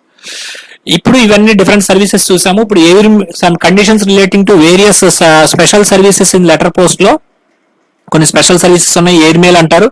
For purpose except few countries మిగతాన్ని కూడా additional surcharges, special combined charges అనేటువంటి పే చేయాలి. For purpose of special surcharges are broadly divided into 2 groups commonly known as LC అంటే letters and cards, and AO అంటే other objects such as printed papers, newspapers, small packets and literature for blind. ఇవన్నీ కూడా 2 groups అనమాట. Surcharges ప్రకారము అనమాట. గుర్తుపెట్టుకోండి, surcharges and combined charges అంటే కనుక ఈ గ్రూప్స్ అనమాట. ఇక్కడ 5 ఉన్నాయి, అవి గ్రూప్స్. ఇక్కడ మనకి లెటర్ కార్డ్స్ ఏఓస్ అంటారు. లెటర్స్ అండ్ కార్డ్స్ ని ఎల్సి అంటారు. ఏఓ అంటే అదర్ ఆబ్జెక్ట్స్ అనమాట. ఫస్ట్ లో చదువుకున్నాం. Printed papers, newspapers, small packets, literature blind ఇవన్నీ కూడా ఏవో అంటారు. Postal money orders, trade money orders, advice of delivery, payment are included as LC. ఇది గుర్తుపెట్టుకోండి.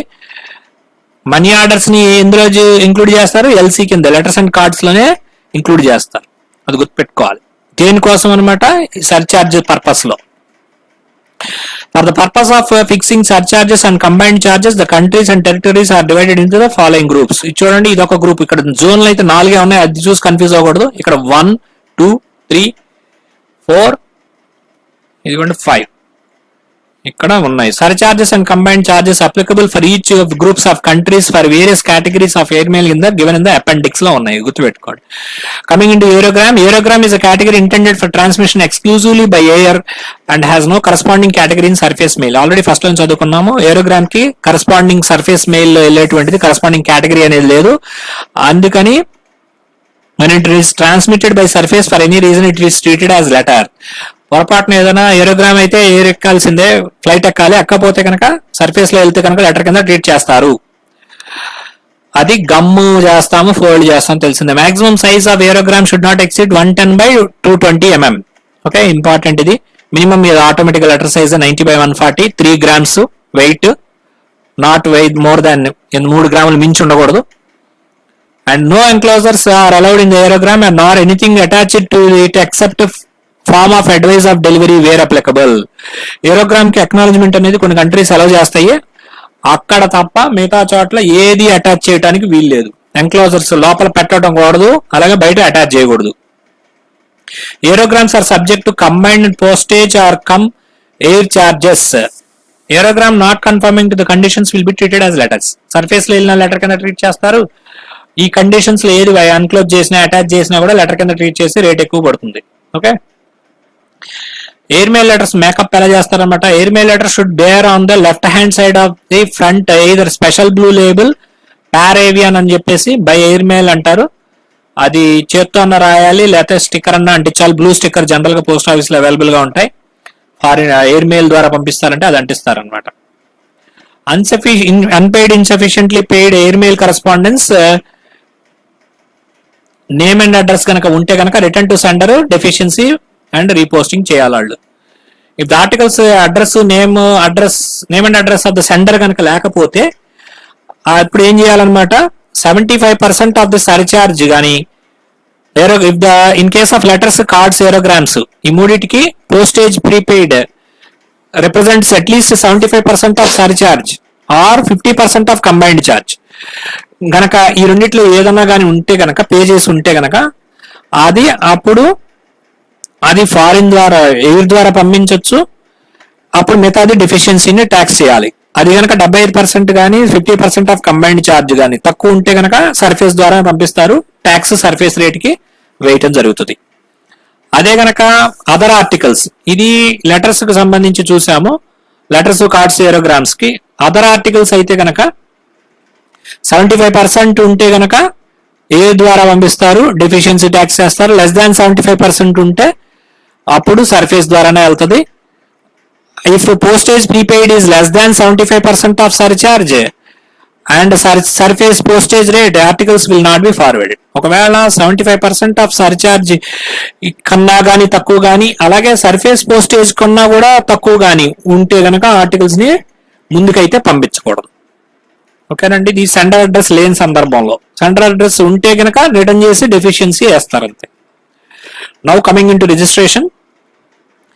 All post items including items for air transmission can be sent as registered. అన్ని కూడా registered letter post items అన్ని కూడా registration చేయొచ్చు. Letter post items ఏముంటాయండి? Letters, post cards, printed papers, small packets, printed blind literatures including books and అదే small packets అయితే literature ఇవి ఉంటుంది కదా, మనకి బుక్స్ ఉంటాయి. తర్వాత యాజ్ వెల్ యాజ్ మనకి రిజిస్టర్డ్ న్యూస్ పేపర్స్ అండి, ఇవన్నీ కూడా రిజిస్టర్ చేయొచ్చు. ఆ లెటర్ ఐటమ్స్ అన్ని చేయొచ్చు. అండ్ ఎం బ్యాగ్ కూడా చేయొచ్చు రిజిస్ట్రేషన్. ఓకేనండి. ఈ మేకప్ ఎలా చేస్తారు? పెన్సిల్ తో రాయకూడదు, అడ్రస్ ఇనిషియల్స్ తోటి ఉండకూడదు, వాటిని రిజిస్టర్ చేయరు అనమాట. రిజిస్టర్స్ ఆర్ రికమెండెడ్ అనే మాట వాడతారండి. రికమెండెడ్ అది రిజిస్టర్కి వచ్చేసరికి ఇది కొత్త పేరు. ఓకే. అడ్వైజ్ ఆఫ్ డెలివరీ అంటే ఏంటి? ఎవిస్ డ్యూ రిసెప్షన్ అంటారు అడ్వైజ్ ఆఫ్ డెలివరీని. లేకపోతే ఏఆర్ అని కూడా పెడతారు. బోల్డ్ లెటర్స్ లో అడ్రస్ సైడ్ రాసి రిజిస్టర్డ్ అని రాస్తే కనుక పక్కన రాస్తే okay. In case of standardized items in envelopes, however, the indication AV's due reception or SAMP AR should be on the top left hand corner beneath the sender's address. ఇక్కడ sender's address top left hand corner రాస్తా ఉన్నా, ఇక్కడ రాయాలన్నమాట advice of delivery RS registered అని. Okay. తర్వాత liability of post office. Liability of post office కి no indemnity is payable for loss or damage of contents of registered article or registered bulk bags. ఇది indemnity అయితే pay చేయమని చెప్తున్నారు. Loss of register articles కి అయితే చేస్తారు, contents కి ఉండదు, మొత్తం పోతే చేస్తారు. No liability is accepted for loss of register articles in the following cases. ఈ కేసెస్ లో చేయరు. ఇప్పుడు సర్కమ్స్టాన్సెస్ బియాండ్ కంట్రోల్ అంటే మన చేతిలో లేని సందర్భాల్లో, అంటే ఇప్పుడు కోవిడ్ వచ్చింది, ఏదో పోయింది, లేకపోతే పంపించలేకపోతున్నారు, డిలే జరిగిందో, లేకపోతే అసలు పంపలేకపోయారో, అక్కడ స్టక్ అయిపోయిందో, లేకపోతే ఏదైనా వార్ వచ్చింది, ఇట్లాంటివన్నీ కూడా సర్కమ్స్టాన్సెస్ బియాండ్ కంట్రోల్ అంటారు. దాన్ని ఫోర్స్ మేజర్ అంటారు. ఇది గుర్తుపెట్టుకోవాలండి, రెండు మాటలు ఏదైనా అడగచ్చు. అలాగని లేకపోతే ఓన్ లెజిస్లేషన్ ప్రకారము అక్కడ వాళ్ళు ఆపేసుకునేటువంటి అధికారం ఉంటుంది. ఆ సందర్భంలో కానీ డిస్ట్రక్షన్ ఆఫ్ రికార్డ్స్ జరిగినప్పుడు కూడా మనం కంపెన్సేషన్ పే చేయలేము. ప్రొహిబిటెడ్ కంటెంట్స్ పంపిస్తే కూడా సెండర్ మనం ఏం చేయలేము. అలాగే when sender has not made an enquiry with in the period of 1 year, 1 year లోపు కనుక క్లెయిమ్ చేసుకోకపోతే కూడా మనము ఇవ్వమన్నమాట. అలాగే కాన్ఫిస్కేషన్ కానీ వాళ్ళు లాగేసుకున్నా కానీ లెజిస్లేషన్ ఆఫ్ కంట్రీస్ ప్రకారం వాళ్ళు జప్తు చేసిన, post offices accepts no responsibility for customs declaration or decisions of the customs department or other competent authority. Post office అనేటువంటిది రెస్పాన్సిబిలిటీ వహించదనమాట. కస్టమ్స్ డిక్లరేషన్స్ లేకపోతే అందులో ఉండే తప్పులు కానీ అందులో ఇవి కానీ కస్టమ్స్ డిపార్ట్మెంట్ చేసేటువంటి డిసిషన్స్ కానీ అదర్ కాంపిటెంట్ అథారిటీస్ డిసిషన్స్ కి మన సంబంధమే ఉండదు. తర్వాత subsequent recovery of loss of register articles. ఇది చాలా ఇంపార్టెంట్ అండి, జాగ్రత్తగా వినండి. If after payment of indemnity the registered article is partly or fully recovered, the person who received the indemnity will have the opinion of taking delivery of the article and repayment of indemnity paid to him. ఒక article కనుక loss అయితే కనుక registered article దానికి indemnity అనేటువంటిది post office pay చేస్తుంది, అంటే compensation అనమాట. అది పే చేసిన తర్వాత ఒకవేళ subsequent recovery of last register article, పోయిన రిజిస్టర్ ఆర్టికల్ ఏదైతే ఉందో దాన్ని దొరికిందనుకోండి, అప్పుడు ఏం చేస్తారనమాట, అతను పర్సన్ కి సెండర్ గానీ అడ్రస్ కి గానీ ఇంటిమేట్ చేస్తారు, బాబు ఇది దొరికింది నువ్వు తీసుకుంటావా ఏంటని. అప్పుడు ఏం చేయాలి, మరి కంపెన్సేషన్ పే చేశాం కదా సెండర్ కి గానీ అడ్రస్ కి గానీ, అప్పుడు ఆ సెండర్ కి గానీ అడ్రస్ కి గానీ ఒక ఆప్షన్ ఉంటుంది, అయ్యా నీకు ఈ డబ్బులు ఏదైతే నీకు ఇచ్చామో అది రిటర్న్ చేయండి అని చెప్పేసి, రిటర్న్ చేస్తే అప్పుడు ఈ ఆర్టికల్ తీసుకెళ్ళండి అని చెప్పేసి అనొచ్చు అనమాట. అలా సెండర్ కి ఫస్ట్ నోటీస్ పంపుతారు, ఆయన కనుక వద్దంటే కనుక if the person concern fails to exercise the option with in 3 months, the other party concerned will be given similar option. If the option is not exercised with him by him also, the article will become the property of the post office. అతనికి 3 months time ఇస్తారు తీసుకుంటానికి. అతను కావాలంటే తీసుకోవచ్చు, లేదంటే లేదు, అది అతని ఇష్టం. అతను వద్దన్నాక సెండర్ అయిపోయిన తర్వాత అడ్రస్ కి ఇస్తారు. అతను కూడా వద్దంటే కనుక అప్పుడు పోస్ట్ ఆఫీస్ కి సంబంధించిన ప్రాపర్టీ కింద అది భావిస్తారు అన్నమాట. Article becomes post office article. తర్వాత insurance. Among various letter post categories, only letters can be sent insured in the foreign post. Letter categories లో చాలా ఉంటాయి, మనం చూసాం. లెటర్స్, పోస్ట్ కార్డ్స్ అని, తర్వాత ప్రింటెడ్ పేపర్స్, స్మాల్ ప్యాకెట్స్, ఇట్లాంటివన్నీ ఉన్నాయి. అందులో ఓన్లీ లెటర్స్ మాత్రమే ఇన్సూరెన్స్ అనేటువంటిది ప్రొవిజన్ ఉంది. ఇది గుర్తుపెట్టుకోవాలి. ఓన్లీ లెటర్స్ అనేది ఇన్సూరెన్స్ వాల్యూ 10,000 అనేది లిమిట్ ఇచ్చారు, అడాప్టెడ్ బై ఇండియా అన్నాడు. కానీ ఇప్పుడు అది ₹1,00,000 అయింది. Okay. It is also permissible to insure letters only for inland transit if the insurance service is not available to the country of destination. ఒకవేళ వేరే కంట్రీకి ఇన్సూరెన్స్ ఫెసిలిటీ లేదనుకోండి, కావాలంటే customer with in inland insurance చేసుకోవచ్చు. అంటే inland వరకు అది insurance article కింద వెళ్తుంది. అది such letters will be treated as insured articles only while in transit within India and as registered articles beyond the limits of India, and in such cases liability of the post office for loss, if any, would depend upon the place where the loss occurs. అంటే inland లో insure కింద వెళ్తుంది. It will go as insured article till India. whenever it goes beyond India, అంటే India దాటి వెళ్ళినప్పుడు అది registered article కింద treat చేస్తారు. ఇన్సూరెన్స్ కనుక అది కనుక లాస్ కనుక ఇండియాలో అయితే కనుక ఇన్సూరెన్స్ క్లెయిమ్ అయితే ఫుల్ గా ఇస్తారు. అదే కనుక ఫారిన్ కంట్రీలో అయితే రిజిస్టర్డ్ ఆర్టికల్ కి ఏదైతే ఉందో కంపెన్సేషన్ లాస్ అంతవరకే ఇస్తారు. ఇన్సూరెన్స్ ఇండియాలో పట్టింది కాదు కాబట్టి ఇన్సూరెన్స్ కవర్ అవ్వదు. Okay. The indications of dispatch of article in official documents shall be deemed to be conclusive proof that the article has left Indian territory unless the contrary is proved. Indian కంట్రీని దాటింది అంటానికి proof ఏంటంటే dispatch ఏదైతే ఉంటుందో అది చూపిస్తే చాలు. Indications of dispatch of article in official documents అది వెళ్ళిపోయి ఇండియా నుంచి వెళ్ళిపోయినట్టు లెక్క. No article should be insured for value higher than the value of the contents. Articles can however be insured for value lower than the value of the contents except in the classes enumerated in the next class. Insurance అనేటువంటిది value of contents కన్నా ఎక్కువ చేయకూడదు, కానీ తక్కువ అయితే చేయొచ్చు కొన్ని conditions కి లోబడి. ఏవేమంటే చూద్దాం. Insurance compulsory and insurance for full value.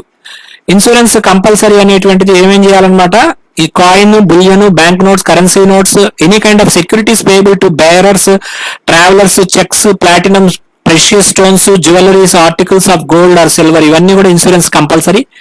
Insurance letters గుర్తుపెట్టుకోవాలి. Insurance letters containing bank notes, currency notes, gold coins, billions, articles should be insured for the actual value. ఇవన్నీ ఇన్సూరెన్స్ కంపల్సరీ. ఫస్ట్ మాట important. రెండో మాట ఏంటంటే ఇవి ఎంతైతే value ఉంటుందో ఆ value actual value of contents కి ఇన్సూరెన్స్ చేయాలి. ఎంత చేయాలి అంటే యాక్చువల్ వాల్యూ ఆఫ్ ఇన్సూరెన్స్ చేయాలి. ఎక్కువ చేయకూడదు, తక్కువ చేయకూడదు. If the articles described above are to be sent by letter post or to the country for which insurance is not available, they may be sent as registered letters insured for the inland transit. In such cases, if the articles contains gold coin ఇవన్నీ ఉంటే కనుక should be insured for the actual value of the inland transit. ఒకవేళ ఈ gold coin ఇవన్నీ కూడా insure ద్వారా పంపిద్దాం అనుకొని ఫారిన్ కంట్రీలో మటుకి ఇన్సూరెన్స్ ఫెసిలిటీ లేదనుకోండి, అప్పుడు ఇన్లాండ్ వరకు ఇన్సూరెన్స్ చేసుకోవచ్చు. తర్వాత నుంచి రిజిస్టర్ కింద వెళ్తుంది. ఇన్సూరెన్స్ అనేటువంటిది ఇన్లాండ్ వరకు మాత్రమే వర్తిస్తుంది అన్నమాట. ఒకవేళ పోతే ఇన్లాండ్ లో పోతే మాత్రమే ఇస్తారు, ఫారిన్ లో పోతే అక్కడ కండిషన్స్ అప్లికబుల్ అవుతాయి. Postage. Insure letters are subjected to ordinary postage charges. Insure letter అంటే కనుక ఏమేమి పోస్టేజ్ ఛార్జెస్ వస్తాయో చూద్దామండి. అది చాలా ఇంపార్టెంట్ అండి. ఇన్సూర్డ్ ఆర్టికల్ కనుక చేస్తే అతనిలో ఆర్డినరీ పోస్టేజ్ స్టాంప్ ఉంటుంది. లెటర్ అయితే ₹5, ఇంకోటి అయితే అట్లా ఉంటది కదా. అది postage charges, ordinary postage charges plus registration charges plus insurance charges, అలాగే అక్నాలజ్మెంట్ ఉందనుకోండి అడ్వైజ్ ఆఫ్ డెలివరీ ఛార్జెస్, ఇవన్నీ కూడా పే చేయాలి. ఏమేం చేయాలి? Ordinary postage, registration fee, insurance fee, acknowledgement పెడితే అడ్వైజ్ ఆఫ్ డెలివరీ, ఇవన్నీ కూడా పే చేయాలి అనమాట. ఇక్కడ రిజిస్ట్రేషన్ ఫీజు కూడా ఉంటది ఇన్సూరెన్స్ చేస్తే కనుక లెటర్ లో. మామూలు దాంట్లో కూడా ఇన్లాండ్ లో కూడా ఉంటుంది. ఇది గుర్తుపెట్టుకోవాలి మీరు. ఏబిసిడీలో అవి ఇచ్చి ఏది ఉంటది ఏది ఉండదు అంటే కనుక మీకు కన్ఫ్యూజన్ రాకూడదు. Maximum weight insured letter are subject to maximum limit of weight 2 kgs. మామూలే కదండి, లెటర్ అంటే ఇన్షూర్డ్ లెటర్ అనగానే మీరు కన్ఫ్యూజ్ అవ్వకూడదు. లెటర్ అంటే రెండు తెలుసు మనకి, ఇన్షూర్డ్ లెటర్ అంటే అమ్మో అనుకోకూడదు. Only 2 kgs. ఇదిగోండి ఇన్షూర్డ్ లెటర్ అంటే ఇట్లా సీల్స్ వేస్తారు ఎక్కడ కూడా కోణాల్లో పోకుండా ఉండడం కోసం. A coin may not be used as sealing. A device of sender may not be consist merely straight to crossed curved lines should be which can be easily imitated. ఈజీగా ఇమిటేట్ చేయగలిగినటువంటి seals వేయకూడదు. ఇక్కడ seals వేయమన్నాం కదా అని మన దగ్గర ఉన్న రూపాయి కాయినా 2 రూపాయల కాయినా ఈ రూపాయి ఇక్కడ రూపాయి ఇక్కడ సీల్ లో ముంచి ఇక్కడ అలా వేయకూడదు. ఎందుకంటే అది ఎవరైనా వేయొచ్చు కదా, చింపేసి మళ్ళీ ఆడే రూపాయి కాయిన్ వేరే వాళ్ళు వేస్తానికి అవకాశం ఉంటుంది. అందుకని అలాంటివి వేయకూడదు. యూనిక్ గా ఉండాలి ఆ సీల్ అనేటువంటిది. మన పోస్ట్ ఆఫీస్ సీల్ లాగా ప్రైవేట్ వాళ్ళు కూడా సీల్ తయారు చేయించుకోవచ్చు అనమాట. ఆ సీల్ వేయాలి. అది వేరే వాళ్ళు ఇమిటేట్ చేయడానికి వీలు లేకుండా ఉండాలి. స్ట్రైట్ లైన్స్ ఉండకూడదు. సింపుల్ గా స్ట్రైట్ లైన్స్ ఉన్నవి, లేకపోతే క్రాస్డ్ లైన్స్, కర్వ్డ్ లైన్స్ అవి ఎవరైనా చేయొచ్చు అదనమాట. అందుకని ఈ అడగచ్చు క్వశ్చన్ కింద, కాయిన్ వాడచ్చా, కర్వ్డ్ లైన్స్ వాడచ్చా, స్ట్రైట్ లైన్స్ వాడచ్చా, ఇట్లా అడగచ్చు. తర్వాత method of addressing indication of insured value. Insured వాల్యూని ఎట్లా చేస్తారన్నమాట. Article should not be address to initials కి చేయకూడదు. ఇన్షూర్డ్ ఇరేజర్స్, కరెక్షన్స్ ఉండకూడదు, పెన్సిల్ తో రాయకూడదు, రోమన్ లెటర్స్, అరబిక్ ఫిగర్స్ ఉండాలి, వాల్యూ ఉండాలి. అదిగోండి ఇన్షూర్డ్ ఫర్ ₹200 ఓన్లీ అని రాయాలి. ఇవన్నీ ఉండాలి. ఓకే, ఏవైతే అక్కడ కవర్ చేసిన వీడియోలో అవి చెప్పట్లేదండి. Indemnity is paid by postal administration of origin if it is to be paid by the sender, paid to the sender. Sender కి కనుక కంపెన్సేషన్ పే చేయాలంటే అది ఎక్కడైతే ఆరిజిన్ ఆఫ్ అడ్మినిస్ట్రేషన్ అంటే ఇక్కడ నుంచి ఫారిన్ కి వెళ్తుంది అనుకోండి, ఇక్కడ ఇన్లాండ్ పే చేస్తారు. అదే గనక పంపించే వాడికి అయితే ఏ కంట్రీలో పంపుతున్నాడో ఆ కంట్రీ వాడికి కంపెన్సేషన్ ఉంటుంది. అదే కనుక అడ్రస్కి పే చేయాలంటే కనుక సెండర్ అనేవాడు అడ్రస్కి కూడా పే చేయండి కంపెన్సేషన్ అని కూడా అనొచ్చు. అందుకని అడ్రస్ ఉంటే కనుక ఫారిన్ అడ్రస్ గా డెస్టినేషన్ అడ్రస్ కి పెట్టాలన్నమాట, వాళ్ళు పే చేస్తారు. నో కంపెన్సేషన్ అనేటువంటిది కొన్ని కండిషన్స్ బట్టి పే చేయరు.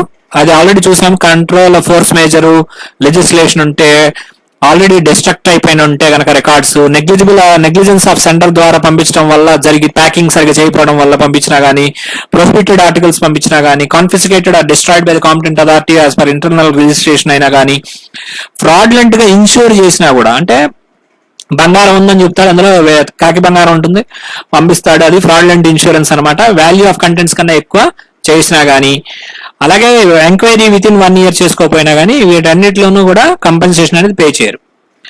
The post office does not assume responsibility on account of customs declaration made by the senders and decisions of the customs department or competent authority. Customs declarations అనేవి senders పంపిస్తారు, వాళ్ళు తప్పుడు చేస్తే మనకు సంబంధం లేదు. అలాగే కస్టమ్స్ డిపార్ట్మెంట్ వాళ్ళు కానీ కాంపిటెంట్ అథారిటీ కానీ నిర్ణయాలకు మనకు సంబంధం లేదు. ఎక్కువ వేసారు తక్కువ వేసారంటే వాళ్ళతో తెలుసుకోవాల్సిందే.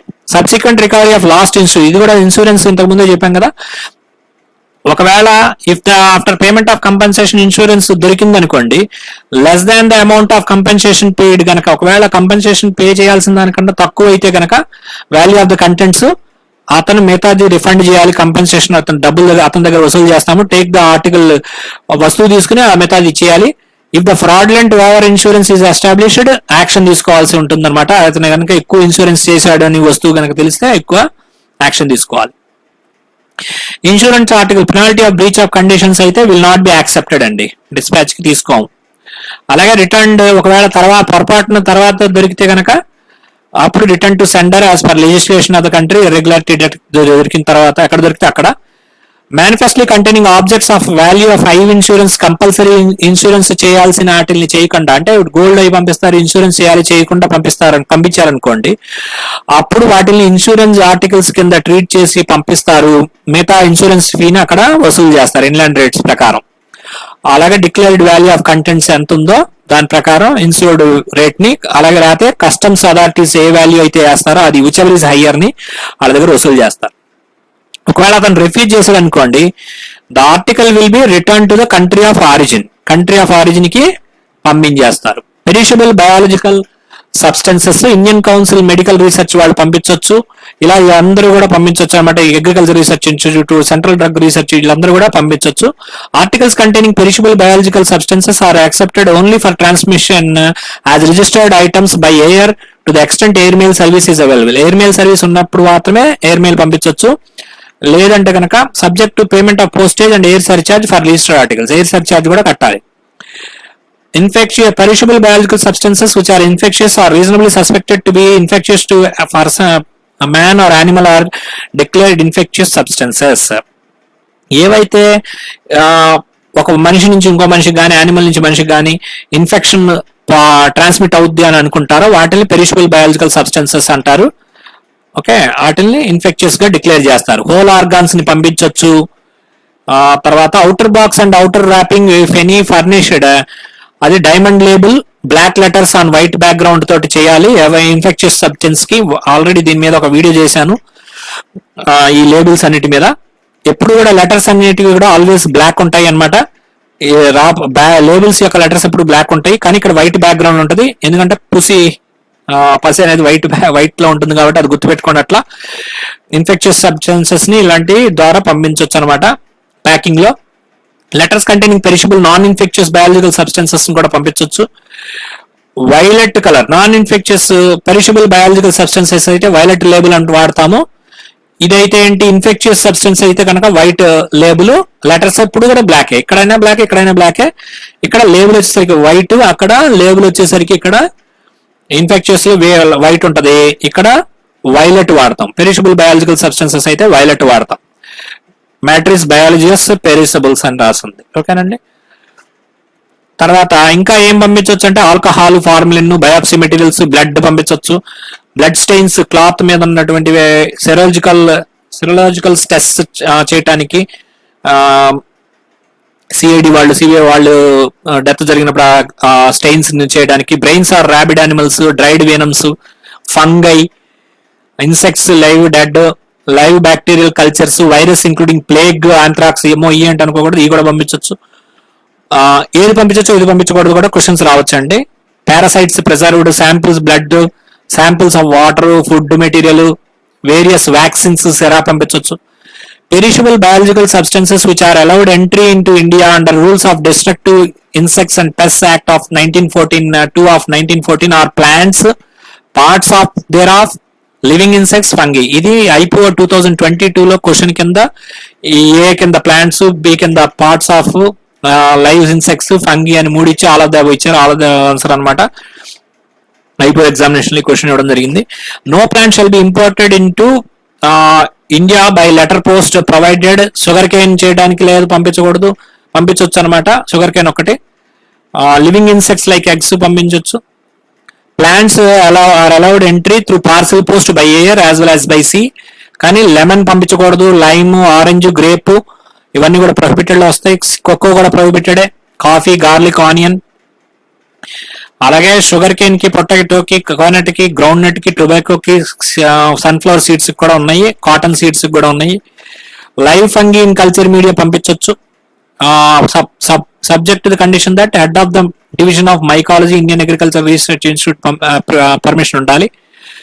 రిప్లై కూపన్స్ గురించి చూస్తే కనుక ఎవరైతే సెండర్స్ ఉన్నారో రీపే ఫర్ ది రిప్లైకి రీపే చేయడానికి పంపించవచ్చు. Not more than 10 international reply. 10 అనేది important. Will be sold to any one individual.